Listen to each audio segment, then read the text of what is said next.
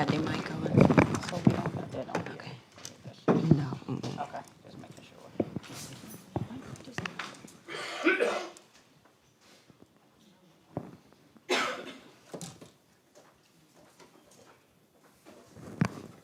Good afternoon, everyone.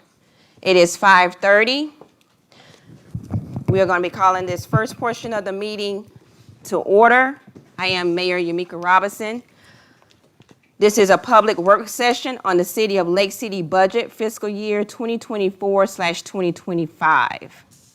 I'll be calling Mr. Hall, City Administrator, up for his presentation.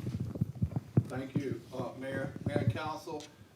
We had a public work session on Saturday at the Bee Market. Tonight is another public work session where the community gets to ask questions, input, whatnot. This is an abbreviated the presentation from Saturday because we don't have 3 hours.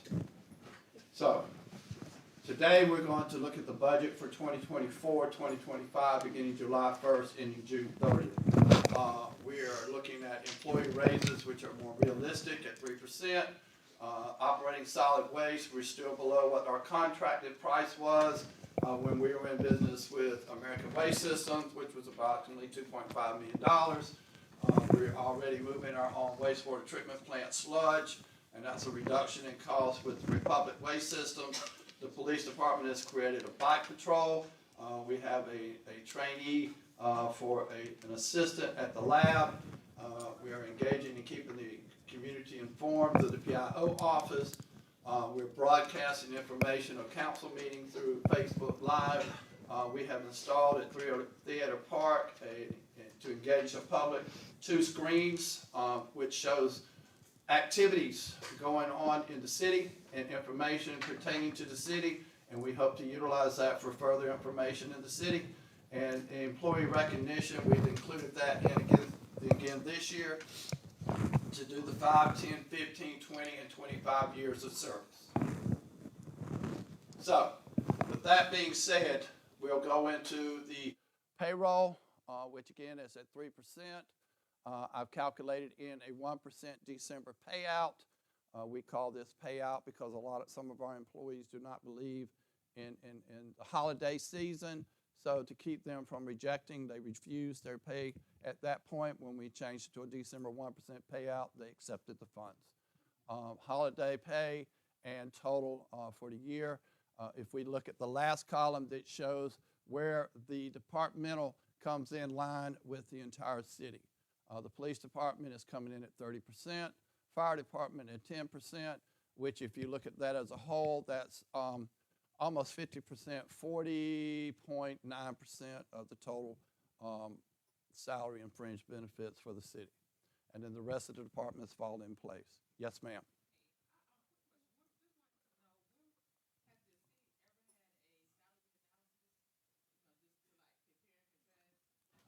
The difference between the different municipalities? We use the Municipal Association, which does a salary survey every year, and they do a survey, and they post that survey on their webpage. Okay, You can look at communities that are our same size and with the same job descriptions. So, quick question. As far as the chief's pay, are we in line with different municipalities? We are. Okay. Yes, ma'am. All right. Based on our population, Yeah. we are within line with the mean, because they got a high and a low. Yes, ma'am. So at the end of Both of them. they're all in line. If you look at our population range within the Municipal Association. This is an entire look at every department we have: administration, government, finance, police, judicial, solid waste. Solid waste is coming in at 4.29. Their salary and holiday pay is $254,000. That's not including the expenses to run it. But in reality, that's still below $2.5 million we were paying out at the highest point with American Waste Systems. The fire department, code enforcement, utility service, which is our public works, and they are now absorbed, taking care of all the downtown area. We canceled the contract with the cleaning service that only did it once a week. They service the whole downtown area. on a daily basis. The recreation, senior center, the water billing, sewer billing, the water line maintenance, sewer line maintenance, wastewater, and the infiltration and inflow. And another quick question, with the code enforcement, the economic development The person, code enforcement encompassed economic development. We hired a young lady, she didn't last long, she quit, and she went to work for the Boys and Girls Club of Florence County. And so instead of hiring someone else, we split those services between Amy Pringle and Chief Driggers. They were performing those duties. So when Amy Pringle gave her notice to leave, to go to the city of town King Street, we brought that back up to surface, and that's what she was going to King Street for. We offered her that full-time position and brought it back up and moved it from the code enforcement and put it in administration. so quick question, why wasn't it just why wasn't it posted for everyone? Why was it just brought up for her? Yeah, thank you. Why wasn't it advertised like as a whole for anybody to apply versus We used the only that to reason? retain her employment with the city of Lake City, to be truthful with you. Yeah, okay, I mean, it's already done, but me personally, I just think that it should have just been advertised. Well, she was already involved in that role and was already working up some of the projects and already working with some of the corporations that were interested in coming to the community. So that was the reason. She already had relationship with that and connections. And to tell you the truth, it was very smart to actually do it that way, because she already had relationship and connections with people looking at Lake City, coming to bring their businesses. But I can understand what you're saying as well. And I agree with you, I understand too. And if I wanted to see her leave, then we could have advertised her. When was the first person hired in that position? About when? I'd have to go back and look at the records to give you an honest answer to that, but it was right in July, if I'm not mistaken. Was it October? Yeah. And she didn't even last a month. Did you advertise for that position? Yes, we at the did. time? Yes, ma'am. October 22, so we say November 22, something like that? Yes. So that's already in the operating budget that we already got Yes. going.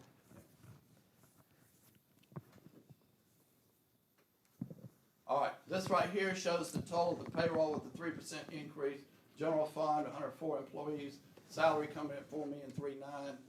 The 1% payout, $48,000. The holiday pay, $341,000. Total of $44,780,000. That's 79% of the budget. The water department, 8 employees, $313,000.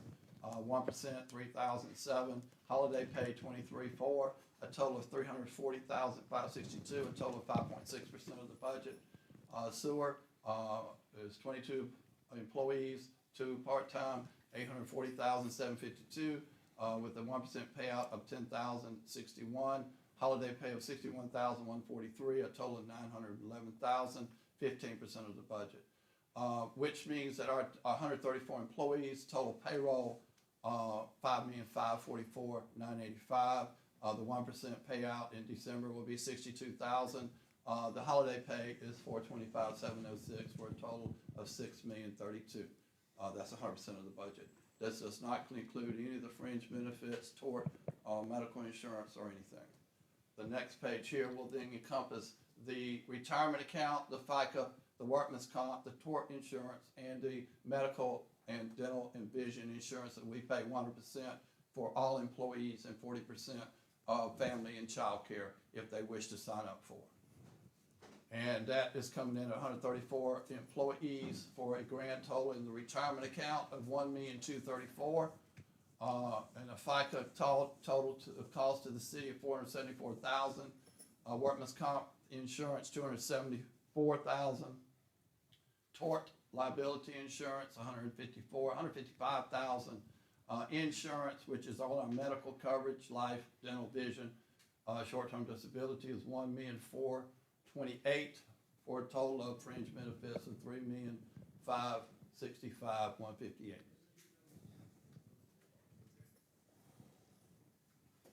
All right, so this right here shows the number of employees for last year versus this year. Again, we moved the code enforcement person into the administration out of the code. And we added one into public information to do videography. So we're at 132 versus 134 versus 132.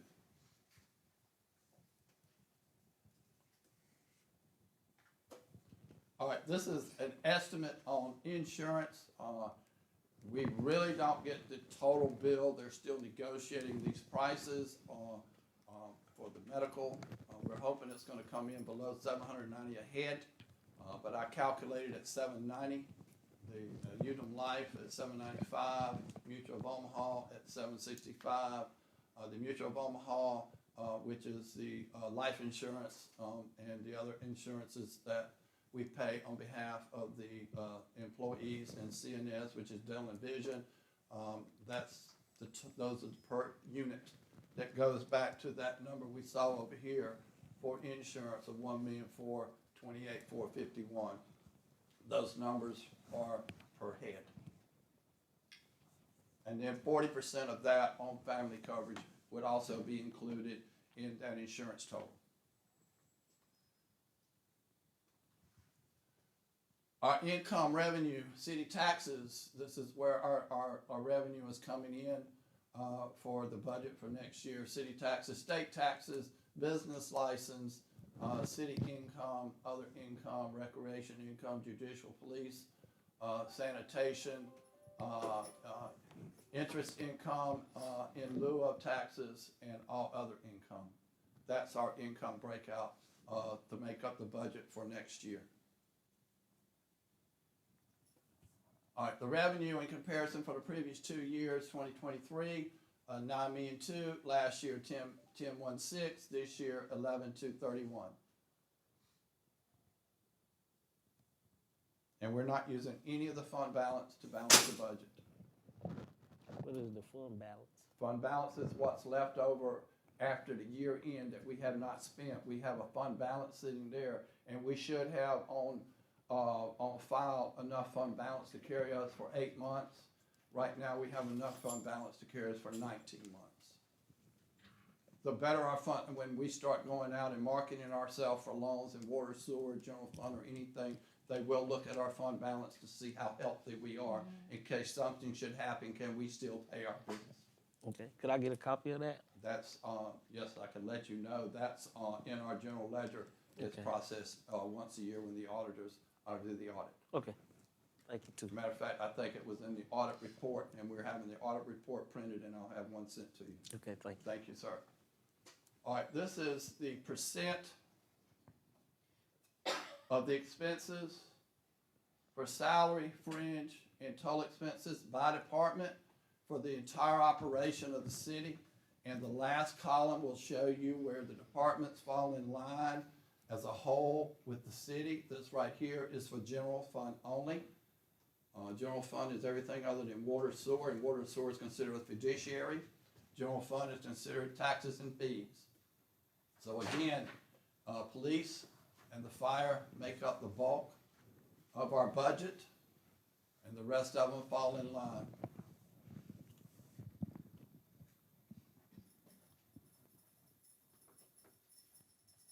Any questions?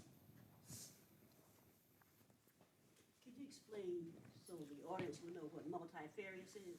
Multifarious is anything like electricity or maintenance on the buildings, insurance, anything that can't be isolated to a specific department or related to that specific department.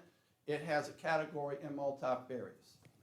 Any bills we pay in regards to debt and whatnot will also have a place in multifarious. It's a place to house all the miscellaneous expenses to operate the city of Lake City.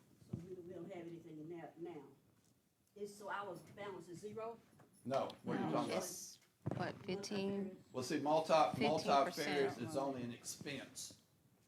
Or if you're talking about grants, we haven't planned any grants for this year. No, just on multifarious. Multifarious is only expenses.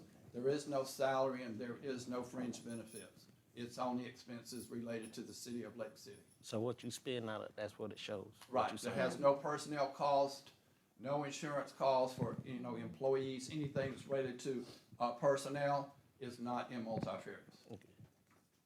Light bill, insurance, things such as that. Contracts such as the phones, the IT and so forth. All right, this is our debt for the general fund, P&C, that's for the fire truck, it'll be paid out in 2026. First Citizens for the garbage truck will be paid out in 2026. Enterprise Lease got paid out February of 2024. We actually paid them off, we own those 3 police cars now. Truist Bank is for the capital of 2020, it'll be paid out in 2026. The street sweeper will be paid out in 2028. And the one that we just went into this year will be paid out, we'll start paying on it next year and will be paid out 2031. And that last one on there is split between 3, general fund, water, and sewer.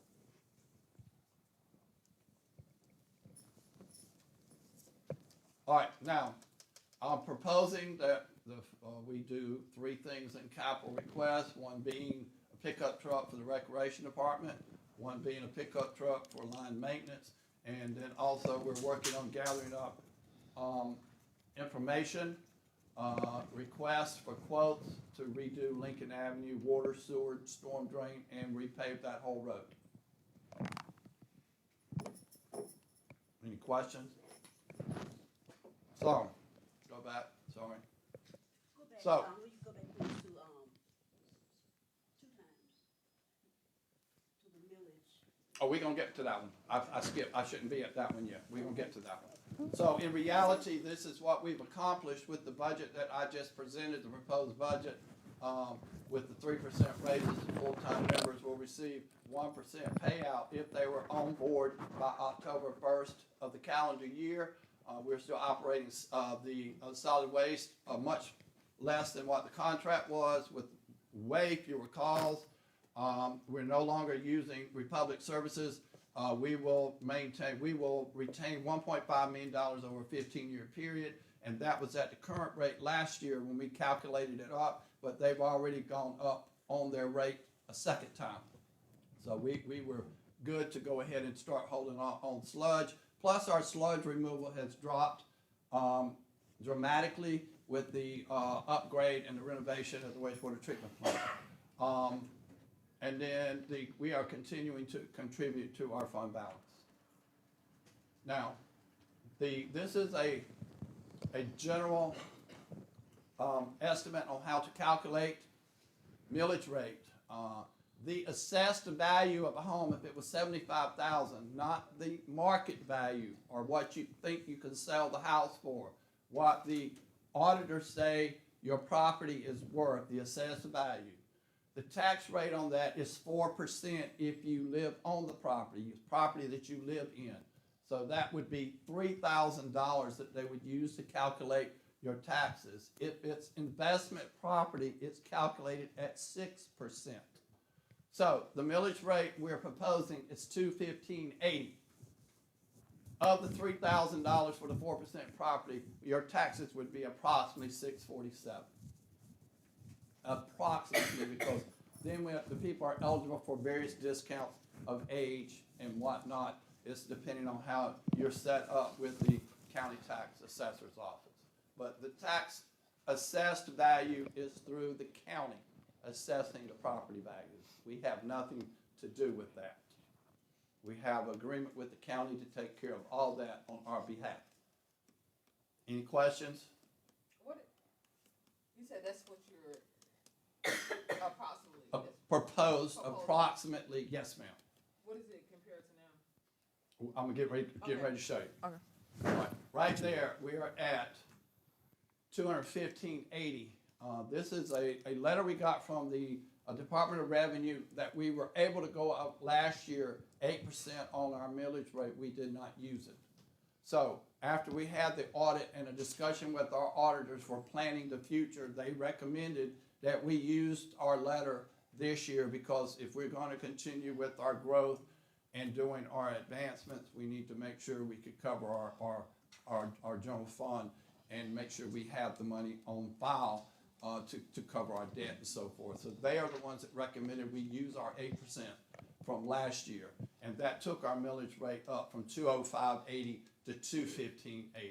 So about, our land is 2.8 million in taxes at a millage rate of 215.80. That's about $129 a mill. And that's almost, I think it's like $30 increase on tax bills of a $75,000 home. So does that kind of answer your question? I just wanted, Yeah. for everyone to know what's going on. That's all. Any questions? Anybody have any questions?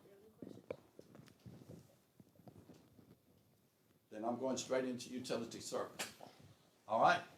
Now, utility fees, we are not going up on any water bill, sewer bill, or garbage collection. So everything is set the same. But we do have an increase of services. So in reality, we went up some on our water fees because we are showing that much more in the growth of our system. We've added on businesses, which are at a higher rate than the residential, and we've added on more houses in our community, more customers are coming online.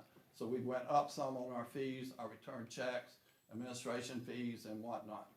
So this is what we're proposing and the difference from last year of where we'll be. So this, 23-24 return check fee, is that $7.50? Return check fee, that's $750 budgeted for a whole year. And we're gonna say, we're gonna make $1,000 in return check fees. Okay. Is it very often we have a lot of return checks? It just depends. Some months we have a few, some months we have a handful. I can't answer that question, we just have it in place. But we do have return checks come in. So And it's it's what, usually in the 35? water and the sewer area, So that's about 35 or what? 45. 45?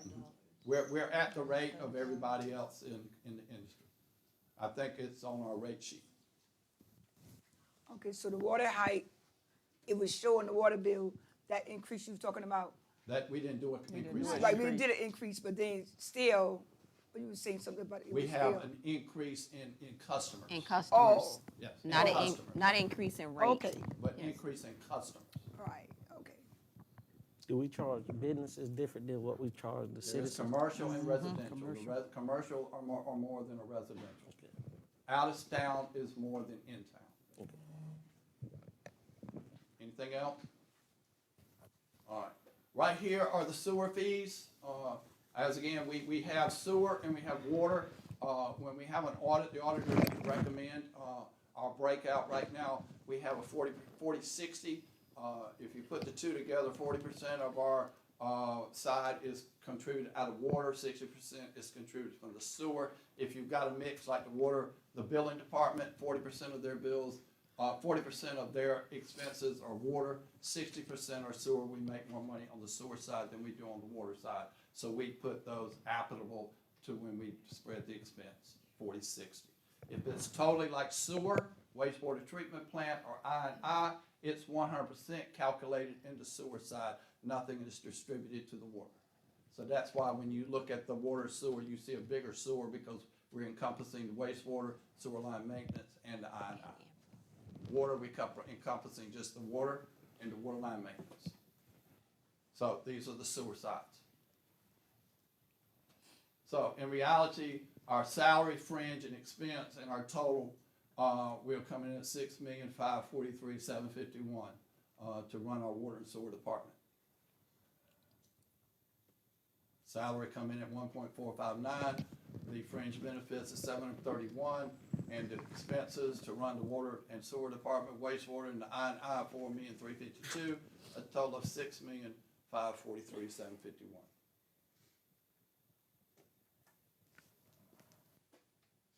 That is a percent of the breakout by department, water, sewer, wastewater, so the multifarious, which is the same thing as the general fund multifarious. It's those items that aren't contributed to an individual department. We have one for water and we have one for sewer. Unless it's a totally sewer charge and then it's only in the sewer. But at the end of the day, the last column will show you where each of those stand as a total of the operation of the water sewer department. The wastewater treatment plant and then the sewer multifarious are the two higher areas. And that's because it costs more to operate sewer than it does water. Those are the debts, long-term debts that we have in the water sewer area. They're long-term, 40 and 50 years. That's why you see them pay out in 2053, 2053, 2036, and 2062. And those are the annual payouts. Where? First two are monthly, the third one's annual, and the fourth one is a monthly. Quick question. Yes. As far as the houses that are now being built in Lake City, how will and what part of the budget will the payments for the house, like if someone bought a house and the city recoups whatever the cost of the home, what part of the budget will that be in? That goes in the housing side. That's not Okay. part of the operation of the city. Okay, That was special funds that we got from the federal government that was earmarked to build those houses. And the purpose, and I think the ordinance says we would rotate that around and build more houses on city property, and that's what we are going to do. We have multiple contracts on one house right now. Okay, so can we get some information on, about the contracts? That's through How does that work? that's us? through the realtors. They're working on that right now. So are you saying that they're under contract? No, they're not under contract. They're submitting contracts now. We have multiple offers on the house. Okay, so you were saying that the people are Looking into buying them. They've submitted offers. Okay, Offers so already. therefore, you're saying after that it goes, the money from that, whoever buys the home will go into a fund and we'll just recycle the money to That buy. money will go into the housing account, and then we will start building more houses. We will rebid for another contractor to build the houses. Yes. Okay, now the houses on Carver Street, one has the for sale sign up now. We have multiple offers on that house. Okay. What's the asking price? It started at 130. COVID, Yeah. prices were up. Initially, weren't they supposed to be at 90? They were supposed to be at Yeah. 90, but by the time the prices on supplies got involved with supplies. it, we had no choice. Yeah. COVID hit it. No way, it took them 3 years to build them. Oh, Yeah. yeah. Everything. It sure did. did. It's paid for everything. Ain't no way no one could do that. That's why we can't do some of the projects ain't here got no now, yard. because we don't have the ain't even got no supplies, yard. and we're waiting on the supply chain to build back up.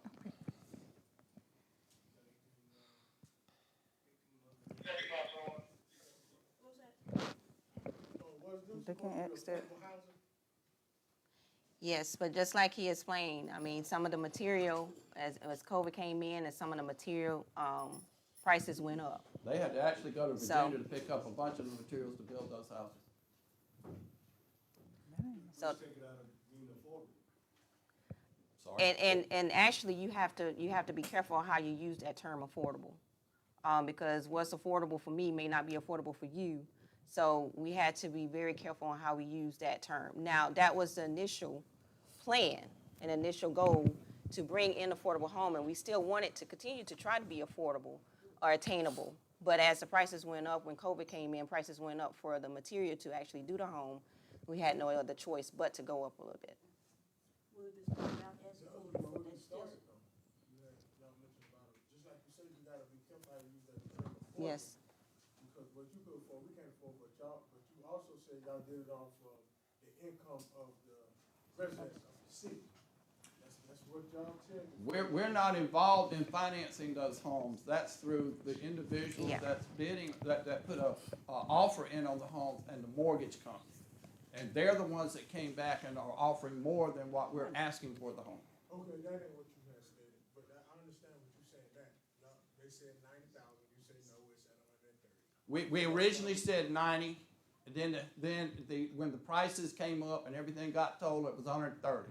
But now that we have multiple offers on the home, it's exceeded that amount at this point. And that's between them and the mortgage company. We don't have nothing to We, do with yeah, that we're mortgage. not in that portion anymore. It's between the buyer. The realtors and and the the realtor. mortgage company. My question is not so much about the price of the houses, the location. I mean, who determined that location and 3 houses? It looks to me like you could bear those houses, bear they're like a foot off of the road. Those houses were built on on property that the city owned for many years. And that's why we decided to build there and the two houses on Moore, because we owned the property and we wanted to then turn it into, places for people to live. I see further up going into the project where those trees were cut down. I mean, is that a place you're planning on putting those houses? I don't, the city did not, the city did not clear that property. I think That's somebody not us. privately owned. Just me personally, Moore Street could use a lot of things. It didn't need more houses. Yes. And definitely not three in one spot. Yeah, it just, I mean, Who determined that? who decided that was a good idea? That was code enforcement, and it went through the county, and we owned all that property. They told anybody that lived on that side of town is what I'm saying, or not really. Not really, no. I don't think there was no community forum for that, but code enforcement, and The then city that was just city. owned the property, and it was 3 lots. It was advertised that way, and that's what we did with it. Anything else? I have a question. Yes. In the future, and I know we got to go into council meetings, but in the future, will that be something that could possibly be? Well, see, when we originally started that, we brought all these addresses to council and talked about them and put them on the map. Council approved. I mean, That's but what- I understand that, but I wasn't here. Yeah. I understand, but I'm just saying, like I said, in the future. Yeah. You know, is there any way that we can get more? Because I'm really glad to see a lot of people from the community out, so that they can engage and find out stuff and ask questions about what's going on. So in the future, could that possibly? Yeah, be definitely. something? Definitely. Well, just like we had the meeting to talk about The Highway 52 the Highway infrastructure. 52 infrastructure, and then we got into conversation about other locations, and then we started talking about the other projects that we have on the map to get ready to work on. That took place. Yeah, but then, so we can do the very same in the thing here, future- but when we brought these 5 addresses up, they were on maps, and we brought them to council, and they were distributed and talked about in the open forum of council. Yeah, but see, the concern now is the community needs to be involved and engaged. That's, If I you're think, If you're looking at building a house on a property, all the residents, homeowners, need to be engaged in that, call a meeting, open forum, let them voice their concerns as to whether or not they feel it's feasible. I think that's always been a That's fine. concern Yeah. for a community, definitely to be involved and engaged in any, But they weren't this time. right. But council was, and I think that happened like right before I came in, or right at the moment when I came in, because this was used from ARPA funds, which is from federal funding. Set aside just for at- that. Right at COVID, because Because I if was. I'm not mistaken, Mark Fountain made an application for us to Yes. give the housing authority, was it $400,000 in that range or something, 385 or something? And the suggestion was, why don't we just build our own houses? Yep. Instead of giving it to the housing authority, and that's what we did. Came back with 5 addresses. Well, we came back with more. They agreed on those 5, and that's how it transpired from there. But I agree, the next time we're getting ready to look for 3 more addresses. We'll bring those 3 addresses, we'll have a meeting over at the senior center, and we'll talk about it. Now, another quick question. So the other houses that are further down, past Kennedy Park, are those still in the Kennedy same? Park. Well, down Moore Two Street. down Oh, Moore Moore Street. Street. Down Okay, Moore okay, Street. all right, Okay. yes. Okay, are those, kind of ranging at about 130 as well? They're the same size Okay. houses as the other one. We're hoping that they're gonna come in at the same Okay. range. Yes. Yeah, I was thinking them houses when y'all was building them houses, they was supposed to be like an incentive if you hire an employee here, they was supposed to. No, we have that program out there that any house that if they're public servants, they have the option to go and buy a house, and we will contribute to them so they will come live in our community. And we offer that to them on a regular basis, and not one person has taken advantage of that. How much were they offered? 5,000, and plus there's the hero amount, I think is still out there too for 5,000, so that was a total of $10,000. And that's towards the down payment and closing? That's a total of 10,000 for them to put forth the purchase of a home. So, that concludes everything I had to talk about on the budget. If there's any other questions, I'll be more than happy to try to answer them. Are there any other questions? We are over time because we need to start our regular council meeting at 6, but if you have 1 or 2 more questions, now is the time. Who determines, which roads will be paved by next city? When will they be paved? there's a roads are committee, city there's, roads. go ahead, I'm sorry, Councilmember Some Crosby. are city roads, some are state, and some are county. There is a list. You can get a list of those roads that designate which is which. And then some are private roads. Okay, when the last time the city paved road? I mean, for, more, I guess, what's that, Morris and, Main Street, I mean, that's one road, I'm 46 years old, and Main Street is scheduled to be redone. No, he's, Well, you just mentioned Main Street. Moore Street is also a state street. And if I'm not mistaken, Ricky, wasn't it just redone, not, Ricky, where you at? Wasn't it redone last year? that's our least concern. Yeah, East Main. And what, Moore Street done last year? Morris? They talking about more. Is he talking about Morris or Moore? yeah, he asked about more. He It asked got about pushed back. More, right? But those are state streets, sir. What streets are city streets? And then we're gonna. We can get you a list of all those Yeah. streets. A list. I have them available, nobody's come to pick them up You can come by the administration office tomorrow and pick up a list. I've had packets there. Give me some today, and I'll pass some out after the meeting. Give me some after the meeting, and I can go, because he's in my district, I got it. Just make it, It's also on the city website too. okay. Mayor and council, that's all I have in regards to the budget. Thank you so much. Okay. Thank you, Mr. Hall. Thank you, everyone, for your concerns and your questions. I appreciate everyone for coming out and listening to the budget and stating your concerns. We are always here. If you have any questions, we're a call away. Office is right over there in the City Hall. You have contact info for your council members as well. Please, I ask you to encourage others to come to these city council meetings and to any other district meetings that your council members will begin to have in the near future. I believe Councilwoman Scott will be having her District 3 meeting tomorrow. And not just because you don't have to come if you live in District 3, anyone is invited. She's inviting anyone, and it will be at the Boys and Girls Club tomorrow at 6 p.m. to 7 p.m. And I know that she will make that report again at the end of our council meeting. So we do encourage everyone to stay involved, encourage others to come, and with your questions and concerns, because we're here. We want to hear them. We need to know because you are our eyes and ears. Thank you. Make a motion to adjourn from this session here. So moved. Second. It has been properly moved and second. All in favor? Show of hands. Has been adjourned.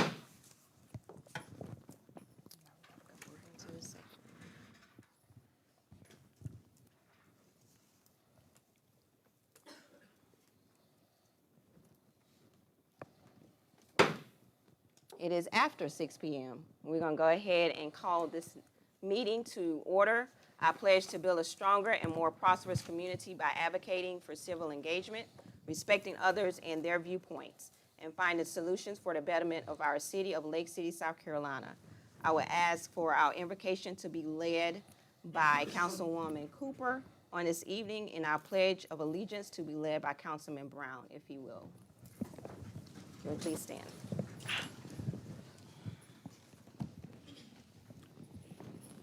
Let us pray. Lord, we thank you for this day. Lord, we thank you for getting us to another month in which we have never seen. We just ask that you be with us today while we have our council meeting.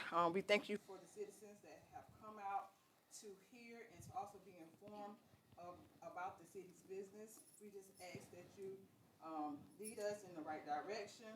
We ask you that you bless the city government. We ask that you also bless the actual citizens, the sick and shut-in of here in Lake City, South Carolina. We just ask again that you look over us today in this next hour as we join together to handle city business.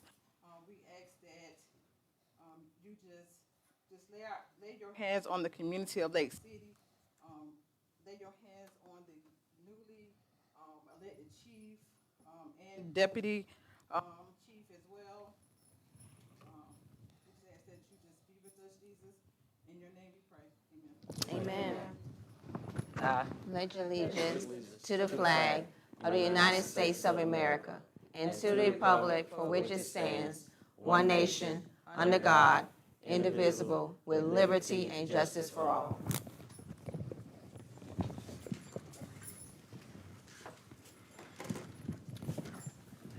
Thank you, Councilwoman Cooper. Thank you, Councilman Brown. Madam Clerk, can you please poll the council members?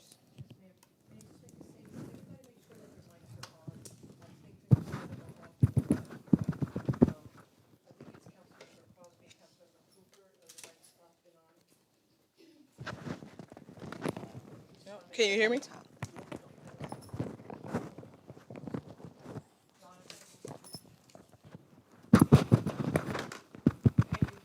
Yes. Thank you. I'm sorry. Mayor Yumika Robinson, Present. Mayor Pro Tem Nicole Singletary, Present. Councilmember William Scott, Present. Councilmember William Askins, Councilmember DeWanica Cooper, Here. Councilmember Sandra Pauline Crosby, Present. and Councilmember Jason Brown. Present. Mayor Robinson, I find there to be a quorum. Thank you, Madam Clerk. Can I get a motion to adopt the agenda as printed? So moved. Second. It has been properly moved in second. Any questions? If none, all in favor, show of hands, please. Thank you. Can I get a motion to approve the minutes? Approval of minutes from the March 12, 2024 Mayor and Council meeting and March 23rd Budget Workshop meeting. So moved. Second. It has been properly moved in second. Any questions? If none, all in favor, show of hands. Thank you. Next, we'll go into our introductions. We have two introductions on this evening. We have our Chief of Police, Chief Patrick Miles, and Major Dedrick Graham. Can you please come forward? Make sure you speak into the mic so the ones on social media can hear. Good afternoon, everyone. Good afternoon. Good afternoon. Introduce yourself. Oh, I'm Patrick Miles. And I'm Eddie Graham, Major Police Department. I'm not sure what you wanted us to do. That's okay. Introduce yourself to council and to the community that is here on tonight. We know Yes, you. I've been here 18 years, so I know most people. Most people know me. If they don't, I'm pretty easy to get along with. I know each and every one of the council members. I've met every one of them before. I've known Jason a while, even before he was a council member. I know a lot of the people in the public. Unfortunately, some of them under circumstances that aren't great, and that's the thing about police. We tend to meet people on what's usually a pretty bad day or a pretty bad situation. But I'd like everyone in the public to know that the police department we're here. We're here for more than just to enforce the laws and dole out punishment or write tickets or anything like that. We're here if you need someone to talk to or if you need help with anything. That's what the police department's here for. We're here to serve before we're here to do anything else. Thank you. And I've been here off and on for about 14 years.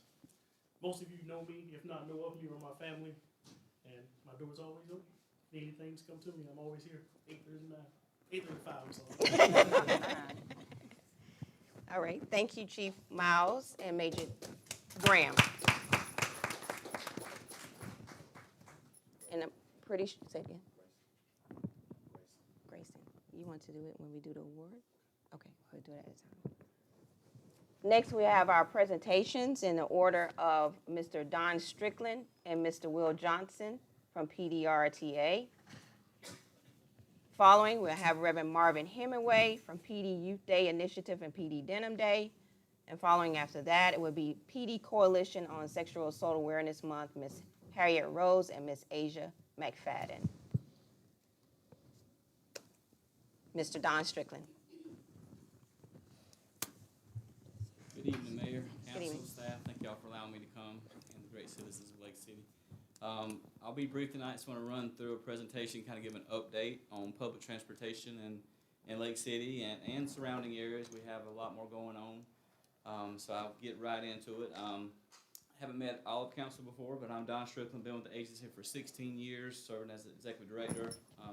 Mayor mentioned Mr. Will Johnston. We're a part of 3 city council meetings tonight, so we're kind of spreading the load and doing the same thing different places. So anyways, again, thank you for letting me come and share with you, and we'll get right into it. So one of the things that I wanted to share was that we have our Lake Trans services here in Lake City. We have our Lake City to Myrtle Beach services. Just a couple months ago, we started some service down to the new MUSC Black River Hospital. So we have connections from Black River all the way to Florence, and have a lot of Lake City folks using that service to get to and from. A lot of times when we first started a route, it takes a little while to build it up. We're already monthly over 250 trips per month in that route, just connecting to and from. Next slide, please.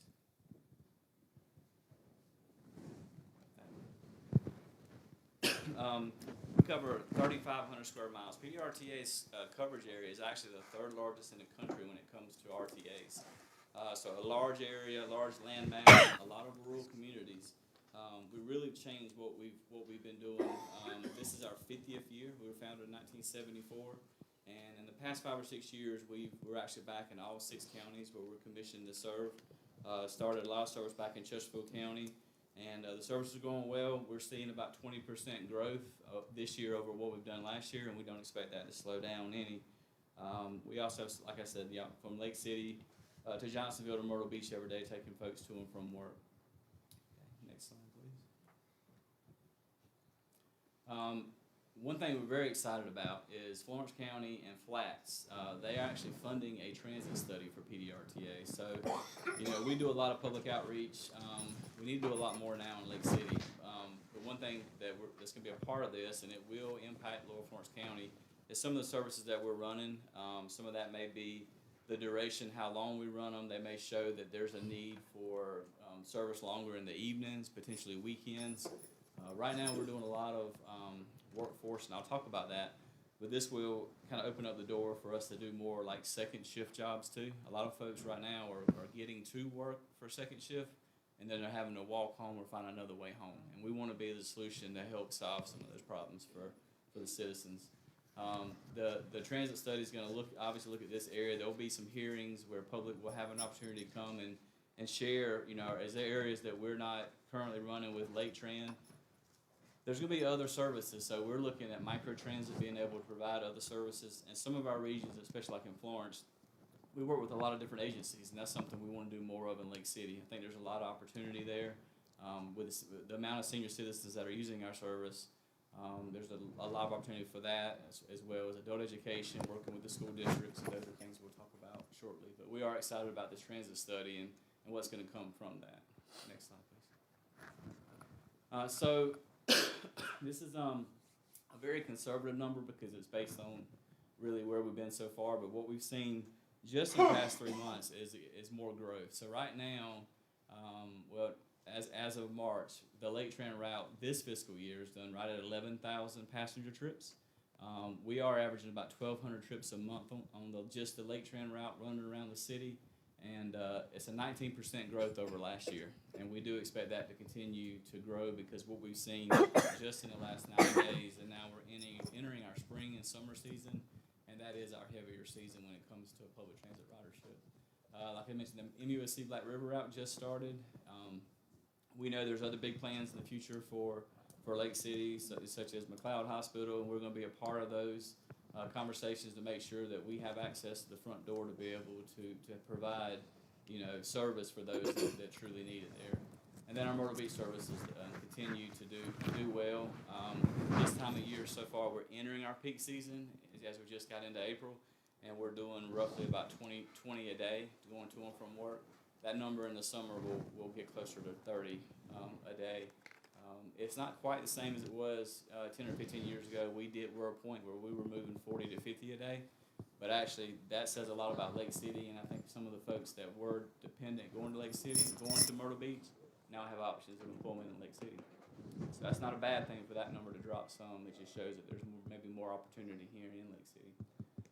So we're just excited about that. We also provide a service called deviated ADA paratransit services, which is something required on the federal side. So if someone is off the route, let's say 3/4 or a mile off the route, they can't access the route because they're in a wheelchair, they live on a dirt road, or whatever the issue may be. We actually will take the bus or take additional bus, go to their home, pick them up, and take them to their destinations. That's something we're required to do for folks that can't access it. Some of that may be visually impaired. It could be walkers, wheelchairs, could be a number of things, but that's a service that we do provide for citizens. And we want to do more awareness in Lake City. That's one thing we've been talking about a lot the past month, is there's a lot of folks that don't know. And I honestly, I'm a firm believer that if everyone knew the services that was there, these numbers wouldn't even start kind of where we can head. I really think we could have 20,000 to 30,000 trips a year here in Lake City.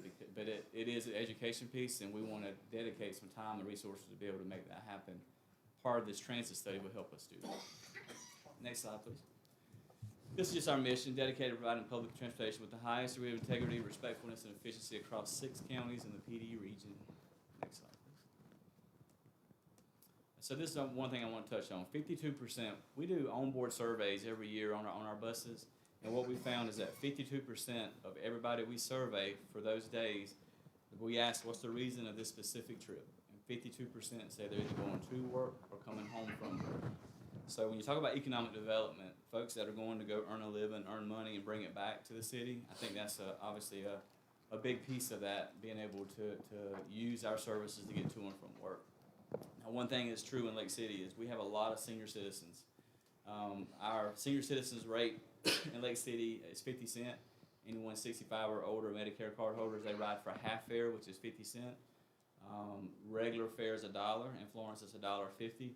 But we have a lot of quarters in our fare box, and that's because there's a lot of seniors using these services to get to and from. A lot of those folks don't have access to vehicles. We help them get to dialysis, to get to appointments, to get to pharmacies, grocery stores, KJ's, the big Walmart, wherever they need to get to, we help them get there. We're doing a lot more with Workforce, Harbor Freight, Reese, Pepsi, Performance Foods in Florence. And we know that places like AESC, we need connections from Lake City to be able to get to the front door of AESC. So they can go there, earn that living, and bring it back to Lake City. So that's things that's on our radar. We've actually recently met with them, and they know that only a small percentage of their employees are going to come from Florence. So they're looking at areas outside of Florence. So we can be a part of that solution as well. And then the state level, the state's also really focused on workforce and transportation. So Department of Employment Workforce, as well as SCDOT and Commerce, they all see this as an opportunity. So hopefully, when I say that, that will mean some additional funding coming down from the state level to help us do the things we do. And that's pretty much it. But we're focusing on some inter-county services as well. And then, we're going to continue to grow and look for opportunities here in Lake City. Next slide, please. One thing I did want to touch on is some great partnerships this is over in Darlington County, but we're right now running an internship program for juniors and seniors, picking them up from 4 high schools, taking them to work every day. And we're doing that from Darlington High, Mayo, Lamar High School, and Hartsville High School. We have folks going to the hospital, Sunoco, doctor's offices, fire department, a number of places. And a lot of these juniors and seniors, I don't know if y'all know it, but a lot of high school kids now are delayed getting their license. For whatever reason, a lot of them aren't. So this is a program we're excited about. One thing, the biggest, I think, thing from this whole program we're running is that 65% of those students that are going to these internships, when they graduate, they're getting job offers in their state. So 65%. That's something we really want to work with, Florence School District 3. And we have, I think, a meeting scheduled this Friday to have some conversations about different programs. And we do, summer camps for some disabled children, a lot of wheelchair bound. We do a lot of different things like that, helping them out. And at Florence Adult Education, both in Lake City and Florence, we're doing a good bit of transportation for them, getting those students. They actually are able to ride fare free on all of our services by showing an ID. We print the ID for the adult education, and they show that, and they can ride fare free. Okay, next slide, please. Okay, we're getting there. So infrastructure is one thing.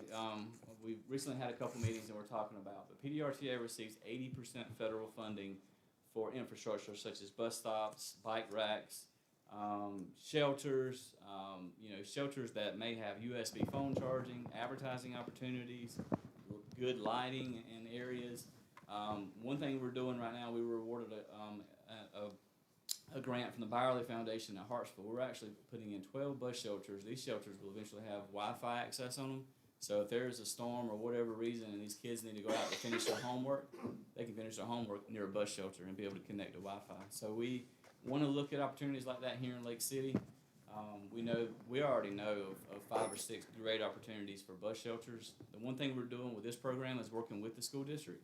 We found that where our ridership's coming from, there's also 10 to 20 kids getting on the school bus at those same locations. So, at 7 o'clock in the morning when it's pouring down rain, if they have an option to be able to be under a covered shelter instead of waiting for the bus outside, I think it would make their day a lot better. So this is something we would love to work with the city and the school district and maybe even some other partners to be able to try to figure this out, how we can make that happen.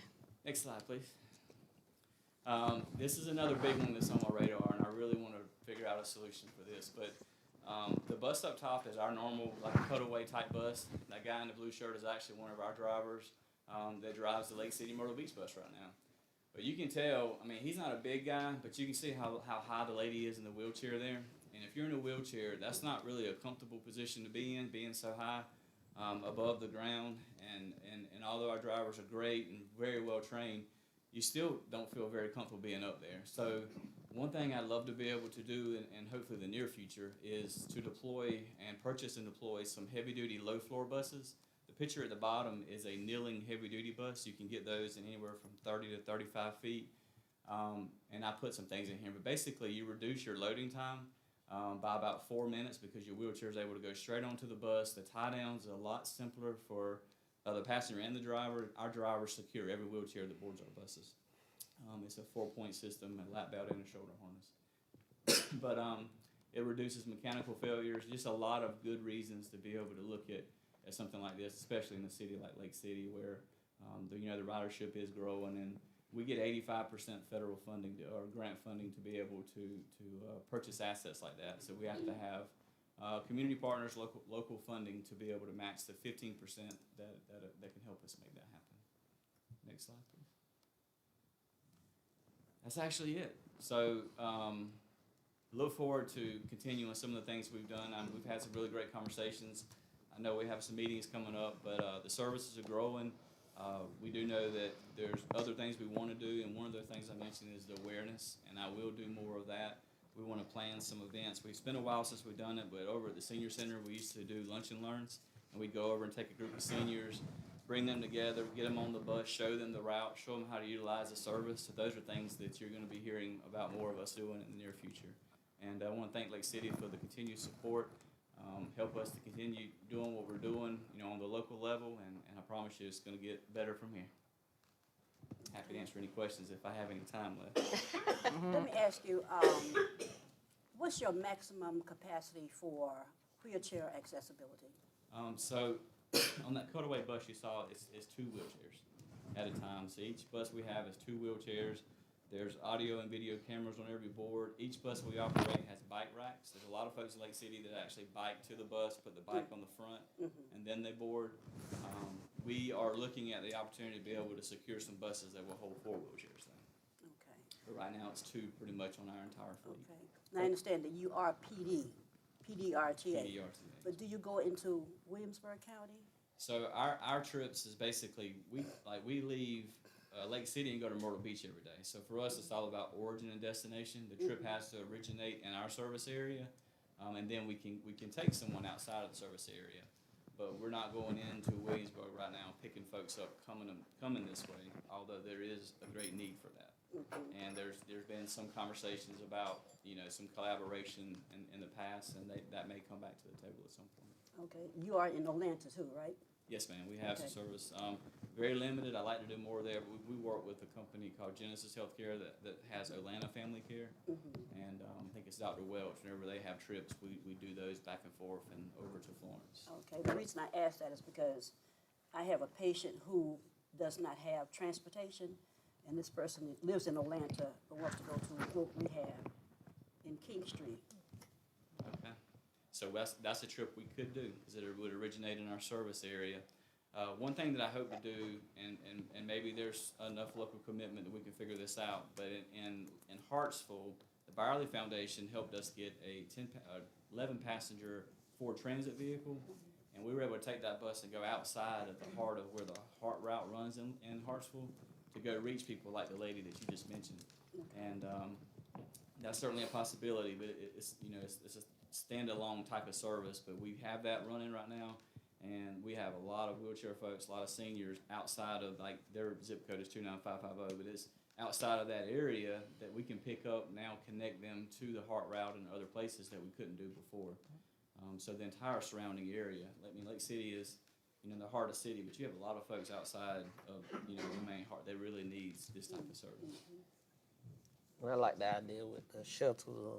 Me and Mr. Hall was talking about it earlier during the week. He was telling me about it, and I love to see that come around Lake City, so the elderly people won't have to stand out in the rain and in the cold and with these kids waiting on the bus and everything. Because I know some PTR stops is right next to where the bus stopped for the kids to go to school, so they could go right up under there and stay out of the weather. So I think that's a very good idea for if we can get that here in Lake City. I think that's the conversation you might be having with Florence School District 3, with probably merging the stops for the citizens and the school stops. Yeah. So I definitely appreciate Mrs. Strickland. We had a great conversation a couple of weeks ago, talking about hopefully these new changes that's going to be happening. We have him working on our grant department, working to find some grants so we can make these changes happen with updated new bus, as well as the bus shelters, because we know it's much needed in the city of Lake City. So thank you so much, Mrs. Strickland. Appreciate that. Thank y'all. Thank you.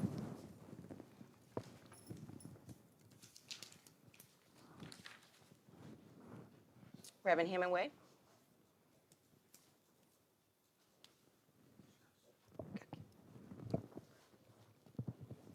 Good evening, Mayor and City Council members. Good evening. Thank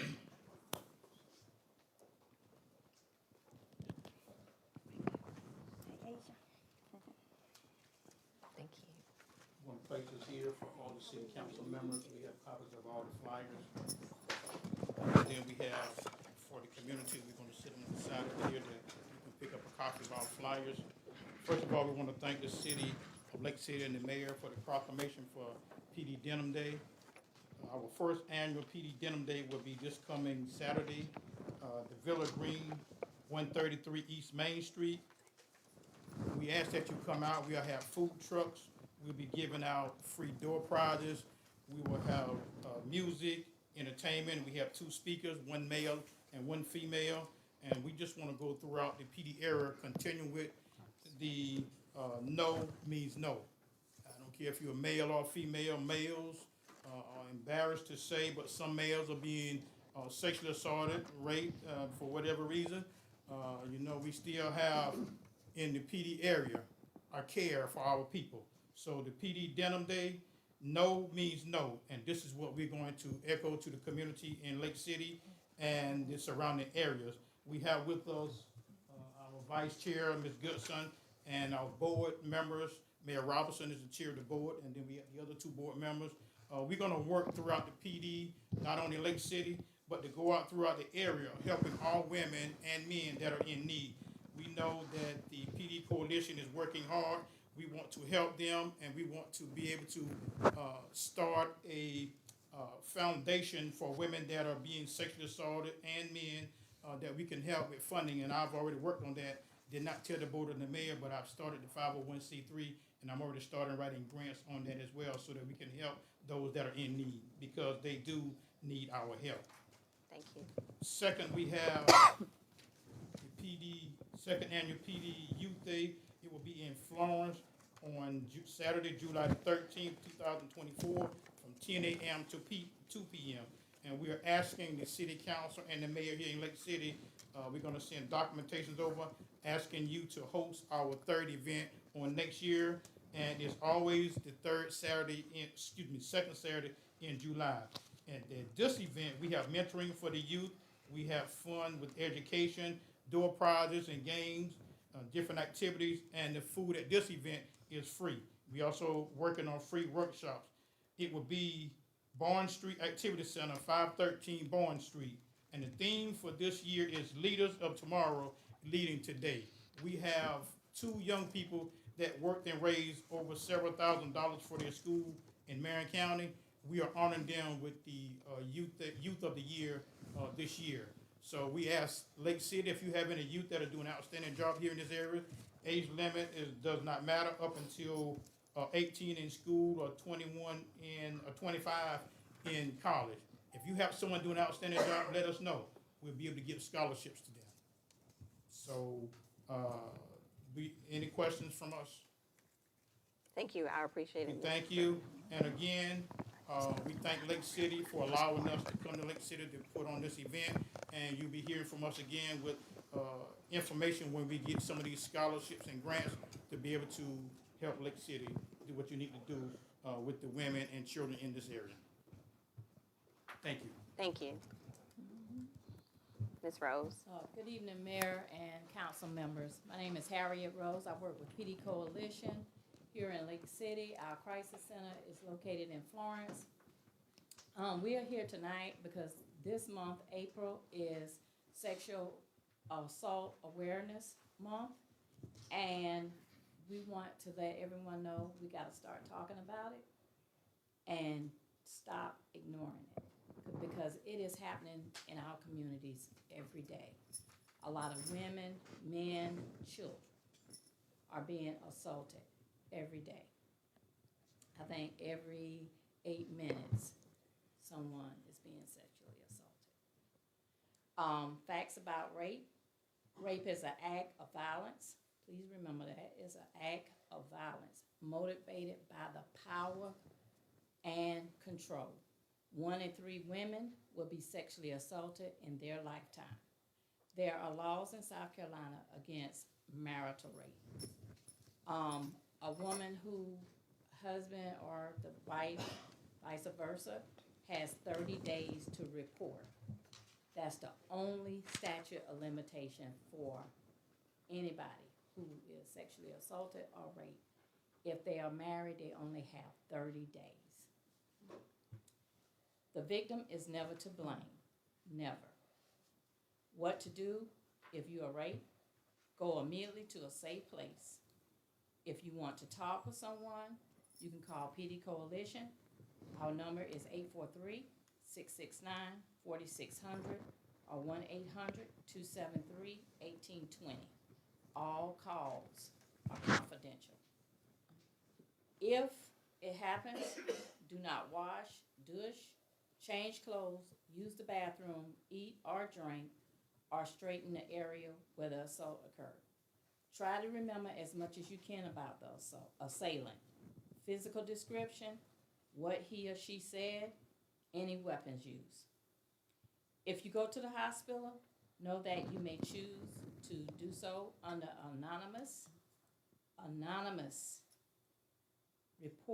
reporting protocol where law enforcement does not need to be involved, if that is your choice. Your choice. Seek medical care for emergency contraceptives, STD prophylactics, and care for any injuries obtained during the assault, whether or not you choose to report to law enforcement or not. It is your choice, not no one else's. Thank you. Thank you. Good evening, Mayor, Council, City of Lake City, and members of the community. My name is Asia McFadden. I am the victim advocate in the rural Florence area with the PD Coalition. And it is important to talk about sexual violence because when people talk about that and rape, they tend to think about strangers drugging them, kidnapping them, and dumping them off somewhere, which does happen. But what many people don't know is that statistics show that the majority of sexual assault and rapes are committed by someone known to the victim. Statistics also show that acquaintance rape is less likely to be reported than stranger rape. That means that we have people out there suffering in silence. We also know that victims don't report out of fear, shame, or because they think they won't be believed. What we want victims to know is that they don't have to suffer in silence. There are resources here to help them. And what we want the community to know is that even though sexual assault and rape is not talked about as much as it should be talked about, that doesn't mean that it's not happening. We collaborate with different organizations, people, schools, and churches, etc., so that we can reach a bigger platform to help more people. So we're here in the community. We're located right here inside the Lake City Administration Building, right in front of the Water Department, and we're here to help those who need help and to help us. That's all we have. Does anybody have any questions? Thank you, Ms. Rose. Thank you, Ms. McFadden. That is the end of our presentations. I appreciate everyone who came forward today with great information. I hope everyone took it in and be able to share it with the community. Next, we'll have awards. If I can have Mr. Grayson Boynton come up and Ms. Latoya Miller.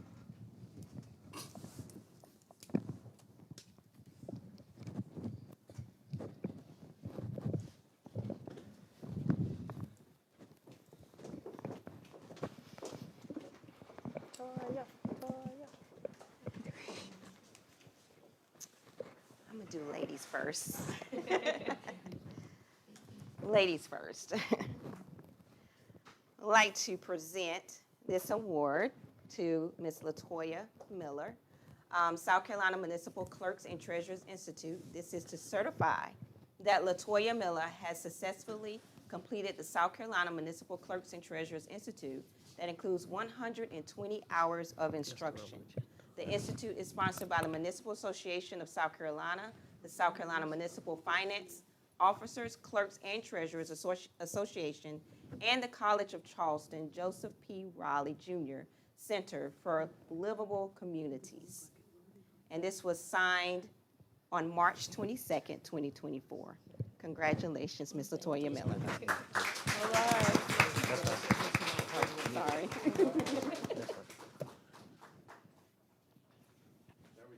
Congratulations, Toya. Oh.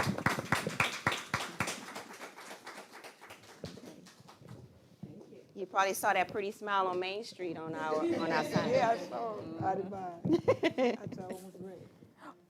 Next, we have a certificate of completion presented by the City of Lake City, recognizing Mr. Grayson Boynton for his South Carolina DYB Baseball Certified Umpire, awarded the 9th day of April 2024. Congratulations. There we go.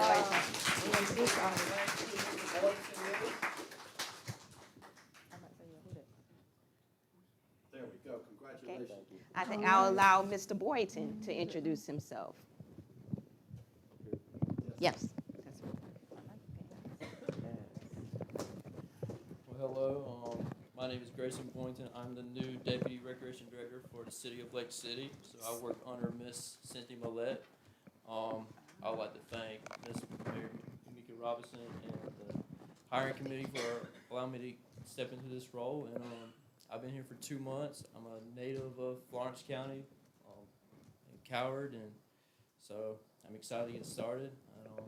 Just thank y'all for having me. Thank you. Thank you, Mr. Grayson.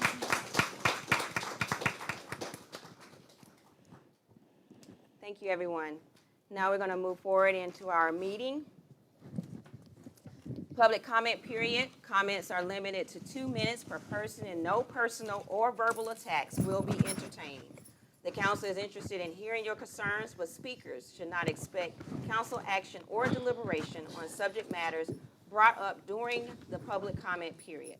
Topics requiring further investigation will be referred to the city administration and may be scheduled for a future agenda. When you come up to the podium, please sign your name, put your name and contact info on the paperwork up ahead. This will give me an opportunity to give you a call back properly so I can speak to you then about your concern or issue that you may have. I would like to ask, I know we have a representative here from Artfields. You can definitely take this time now to speak.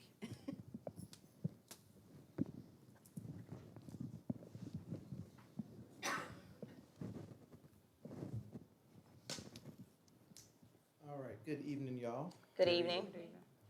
My name is Kyle Coleman. I'm the Fine Arts Manager with Art Fields.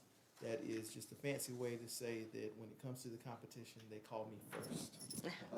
Ms. Carla Angus wanted to be here this evening, and she couldn't. She had a very close friend that had an illness, so y'all are stuck with me for the next less than 2 minutes.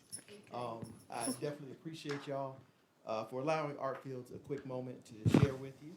I want to thank you and the City of Lake City for being such great supporters of the event. We absolutely would not be able to do this without that support. If you have not heard yet, the dates for Art Fields this year are April 26th through May 4th. The city will be providing entertainment the first weekend, excuse me, and on the finale weekend, we'll all be celebrating another successful Art Fields. We are very excited that we have close to 2,000 young people participating in field trips during the art competition and festival to view the artwork, and that's not including the guests who will also be traveling to Lake City to participate in the festival. I also want to give a shout out to all of our wonderful volunteers. Over half of them are from Lake City. Currently, we have just a little under 300 volunteers that have signed up to participate, and 125 that have already attended a training to help us out this year. If you know anyone from your district who may be interested in volunteering, I brought small flyers that I will leave with everyone that everyone can take, scan the QR code, and help them to sign up. You can also drop by our offices at 118 Saul Street. Excuse me. Also, and this is an invitation for everyone, to please come participate in the ribbon cutting for Art Fields 2024, scheduled for April 26th at 9:30 at the new OT Hall courtyard, and a formal invite will be shared with the mayor to forward to each of you. So much more that I want to share, but I see that my time is up. Thank y'all so much. Thank you.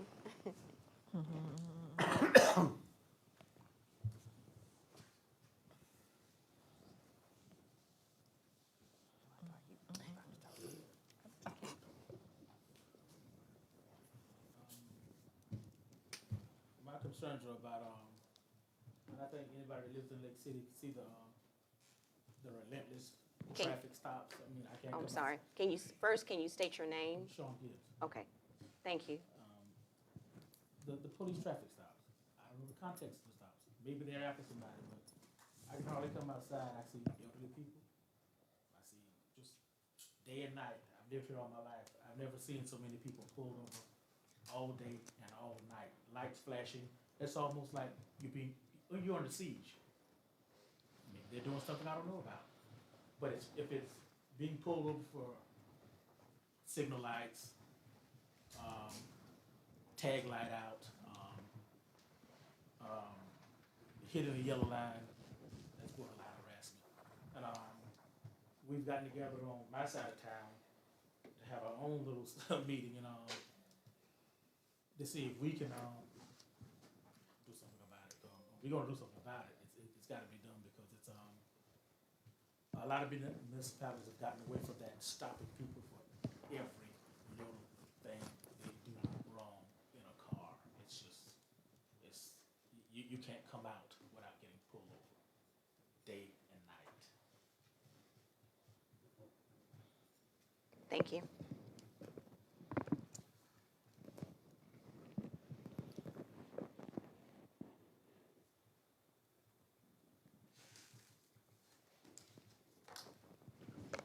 Thank you. Anyone else for public comment period? Just remember to please state your name and sign, please.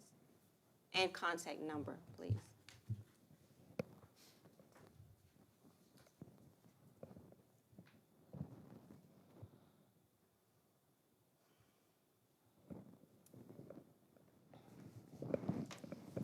Good evening, Mayor and Council.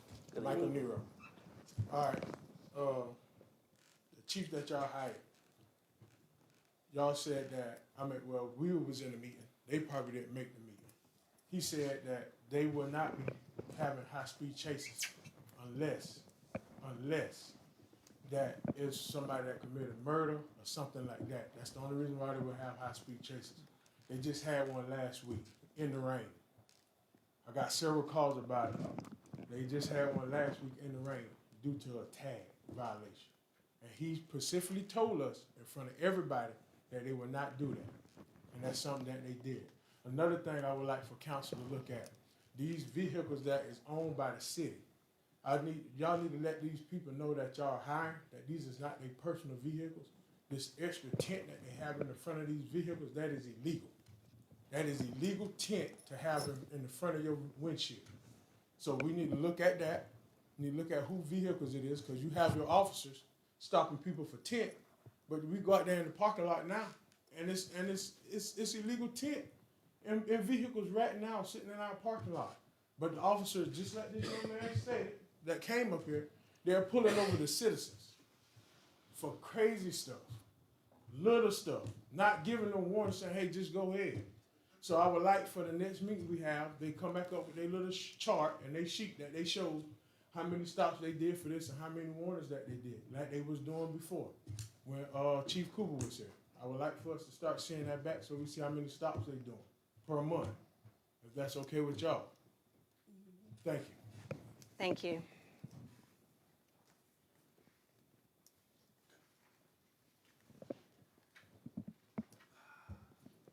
Good evening, council. Good evening. Good evening. My name is Victor McKenzie. I live there on Scott Street. And as before, I was asking the gentleman about the roads. And he was, I guess he enlightened me as far as which roads were state, county, and city. Again, I'm 46. I can't recall a road being paved in my neighborhood. And I pay my taxes like everybody else. And, just trying to find out if you could tell me when the last city road was paved and where it was paved and when will roads be paved from the city side. I'd be greatly appreciated to know that information because, like I said, we pay our taxes like everybody else and we need to see some actions. Thank you. Thank you, Mr. McKenzie.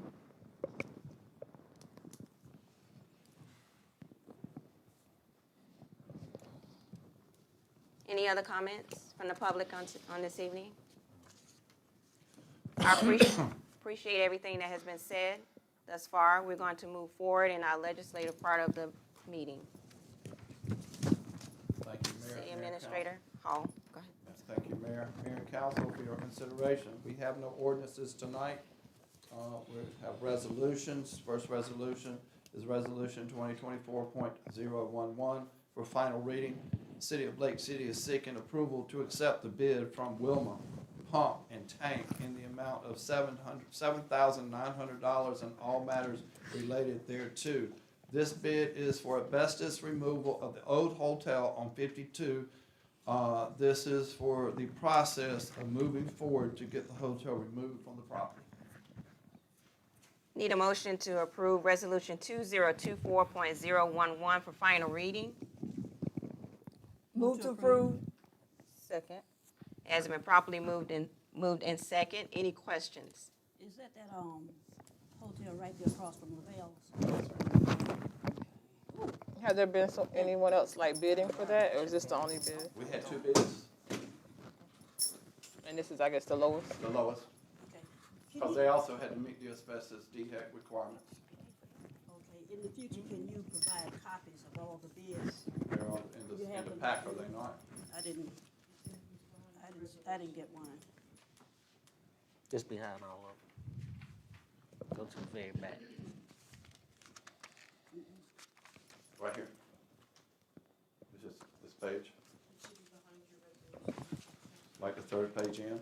This Crank Consulting, 11,000. That was the second one. The first one was Wilma's Pump and Tank.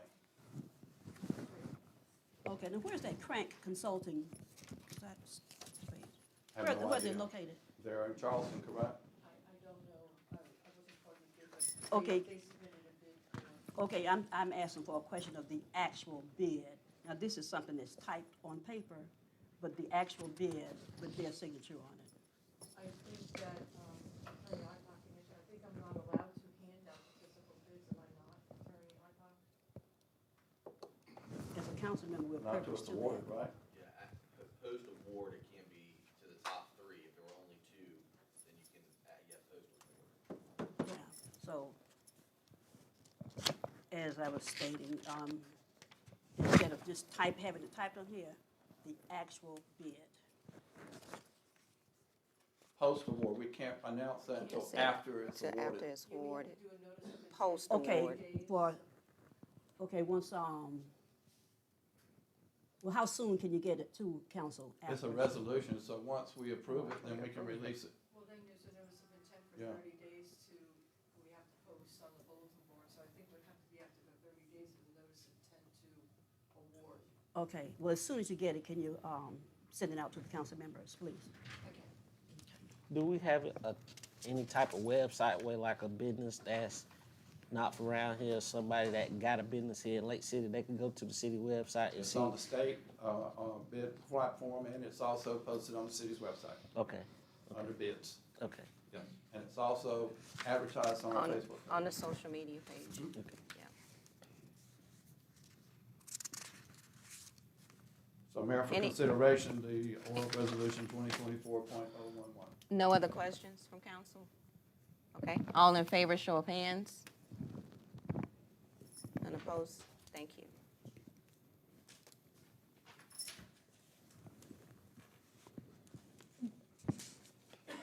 Mayor and council, for your consideration, resolution number 2024.012, final reading.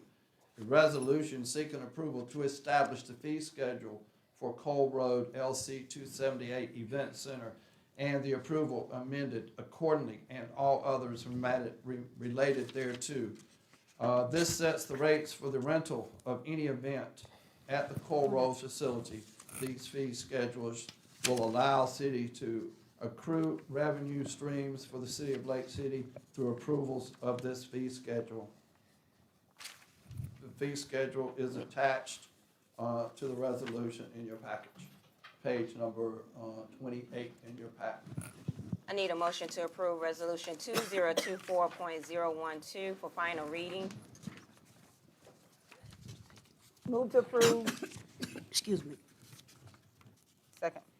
It has been properly moved and second. Any questions, council? Yes, is it possible for the audience to get, the audience to get copies of this fee schedule? We were going to release this entire fee schedule once it was approved, so we have no problem with people misunderstanding the fees Excuse me. being out there. Okay. So when will it be available? As soon as it gets It gets approved, available. we'll release. It will be on the website, yes, ma'am. Okay. But we're waiting for your approval so we can start advertising these numbers. Okay, so y'all understand that?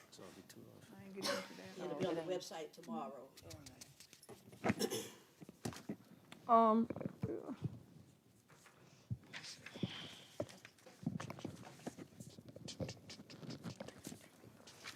Any other questions, council?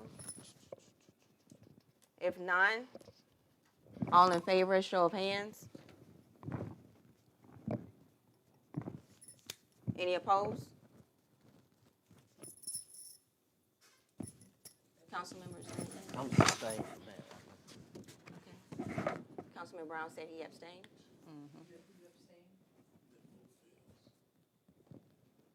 Councilmember Cooper. Yeah, I need some more information. I need to look over some more stuff. So I'm abstaining as well. Okay. Councilwoman, I am. Recusing, opposing, and abstaining.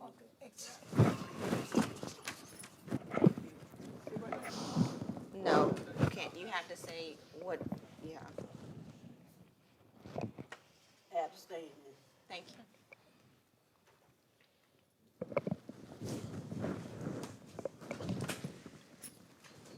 Mayor and council, for your consideration, resolution 2024.013, final reading. A resolution seeking approval to adopt the presented changes to the Municipal Association Safety and Wellness Committee handbook, as well as members with the affirmative and all others matters related thereto.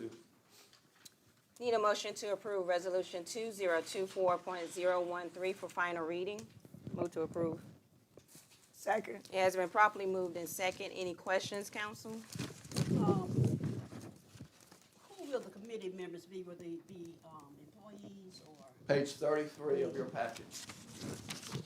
but most of them are employees, right? It's a Wellness Safety Committee members. They are employees of the city Okay, why can we not include people from the community? because this is a safety committee for the Municipal Association Insurance Well, Trust. I understand that, but, I understand they will be going to trainings also, right?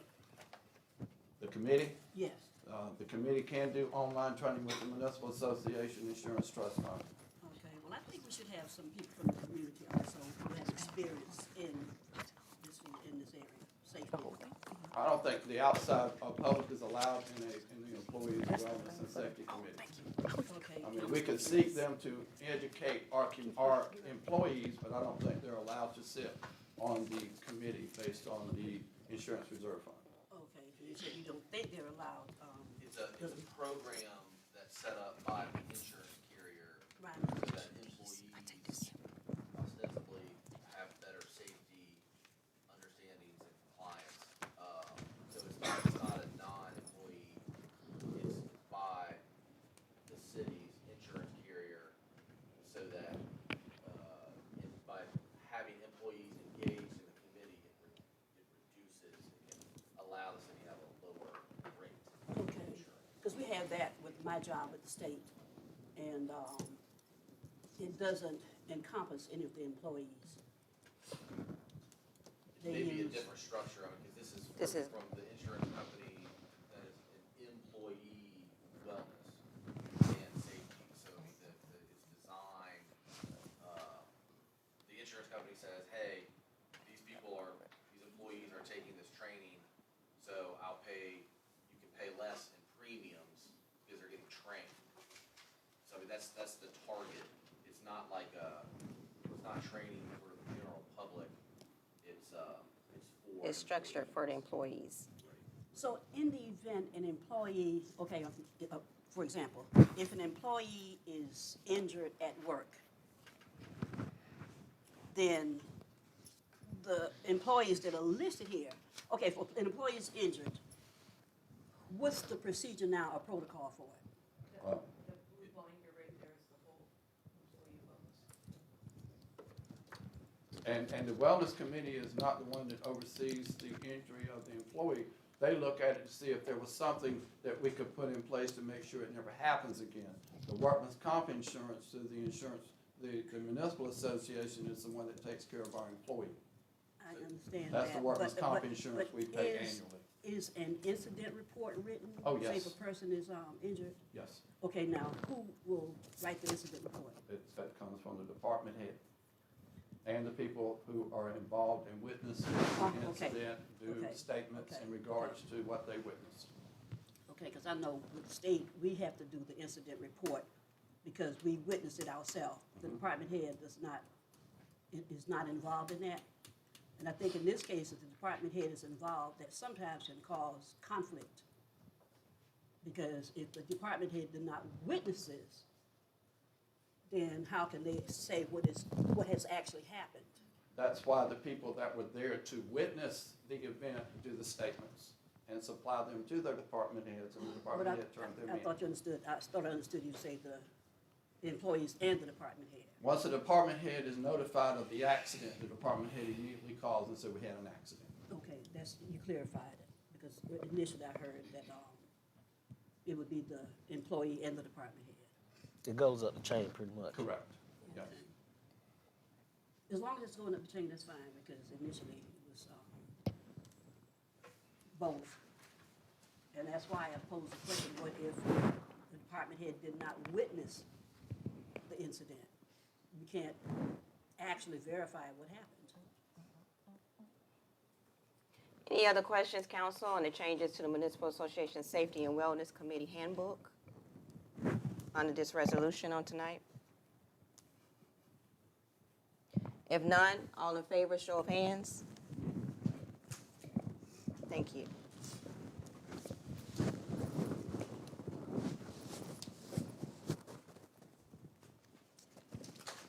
Thank you, Mayor and Council. Mayor and Council, for your consideration, resolution number 2024-014, final reading.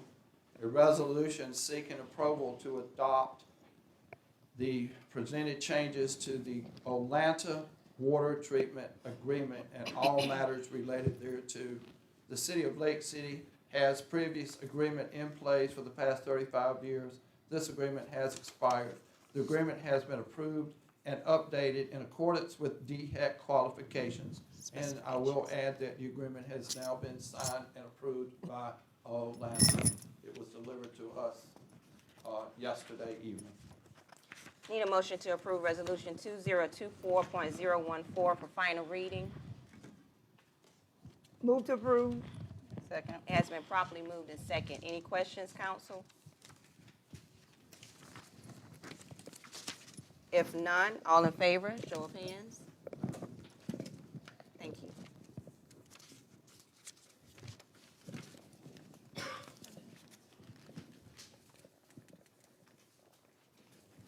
Thank you, Mayor and Council. Mayor and Council, for your consideration, resolution number 2024.015, final resolution, final reading, a resolution seeking approval to appoint Mr.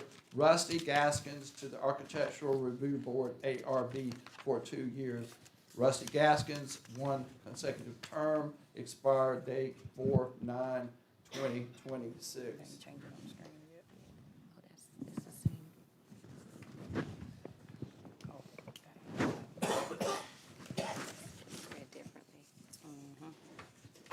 It's the same thing, though.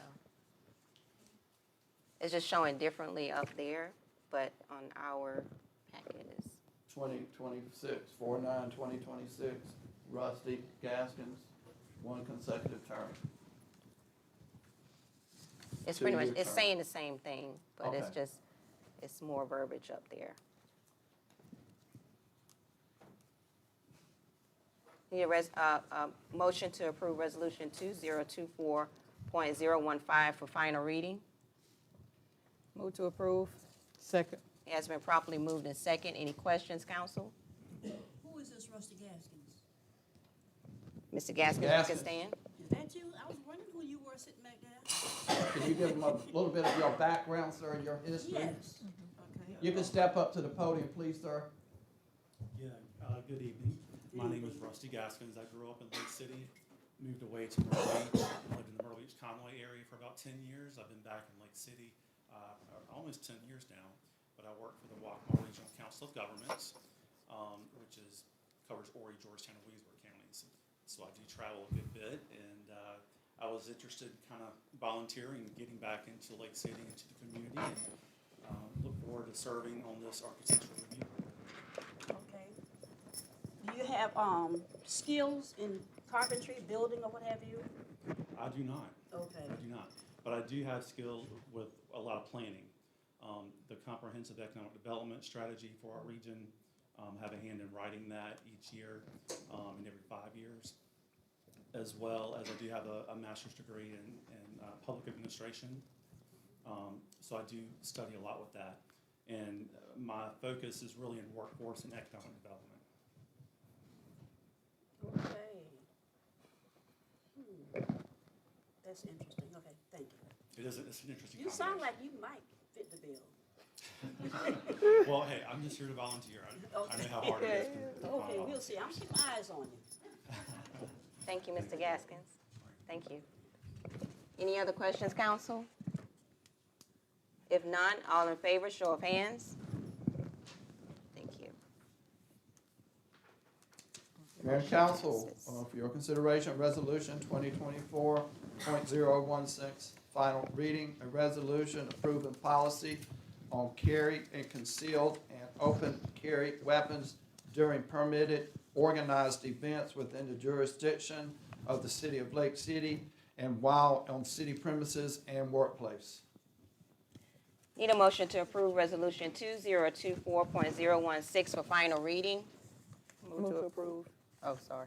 Second. Has been properly moved in second. It was motion by Mayor Pro Tem and second by Councilwoman Cooper. Has been properly moved in second. Any questions, council?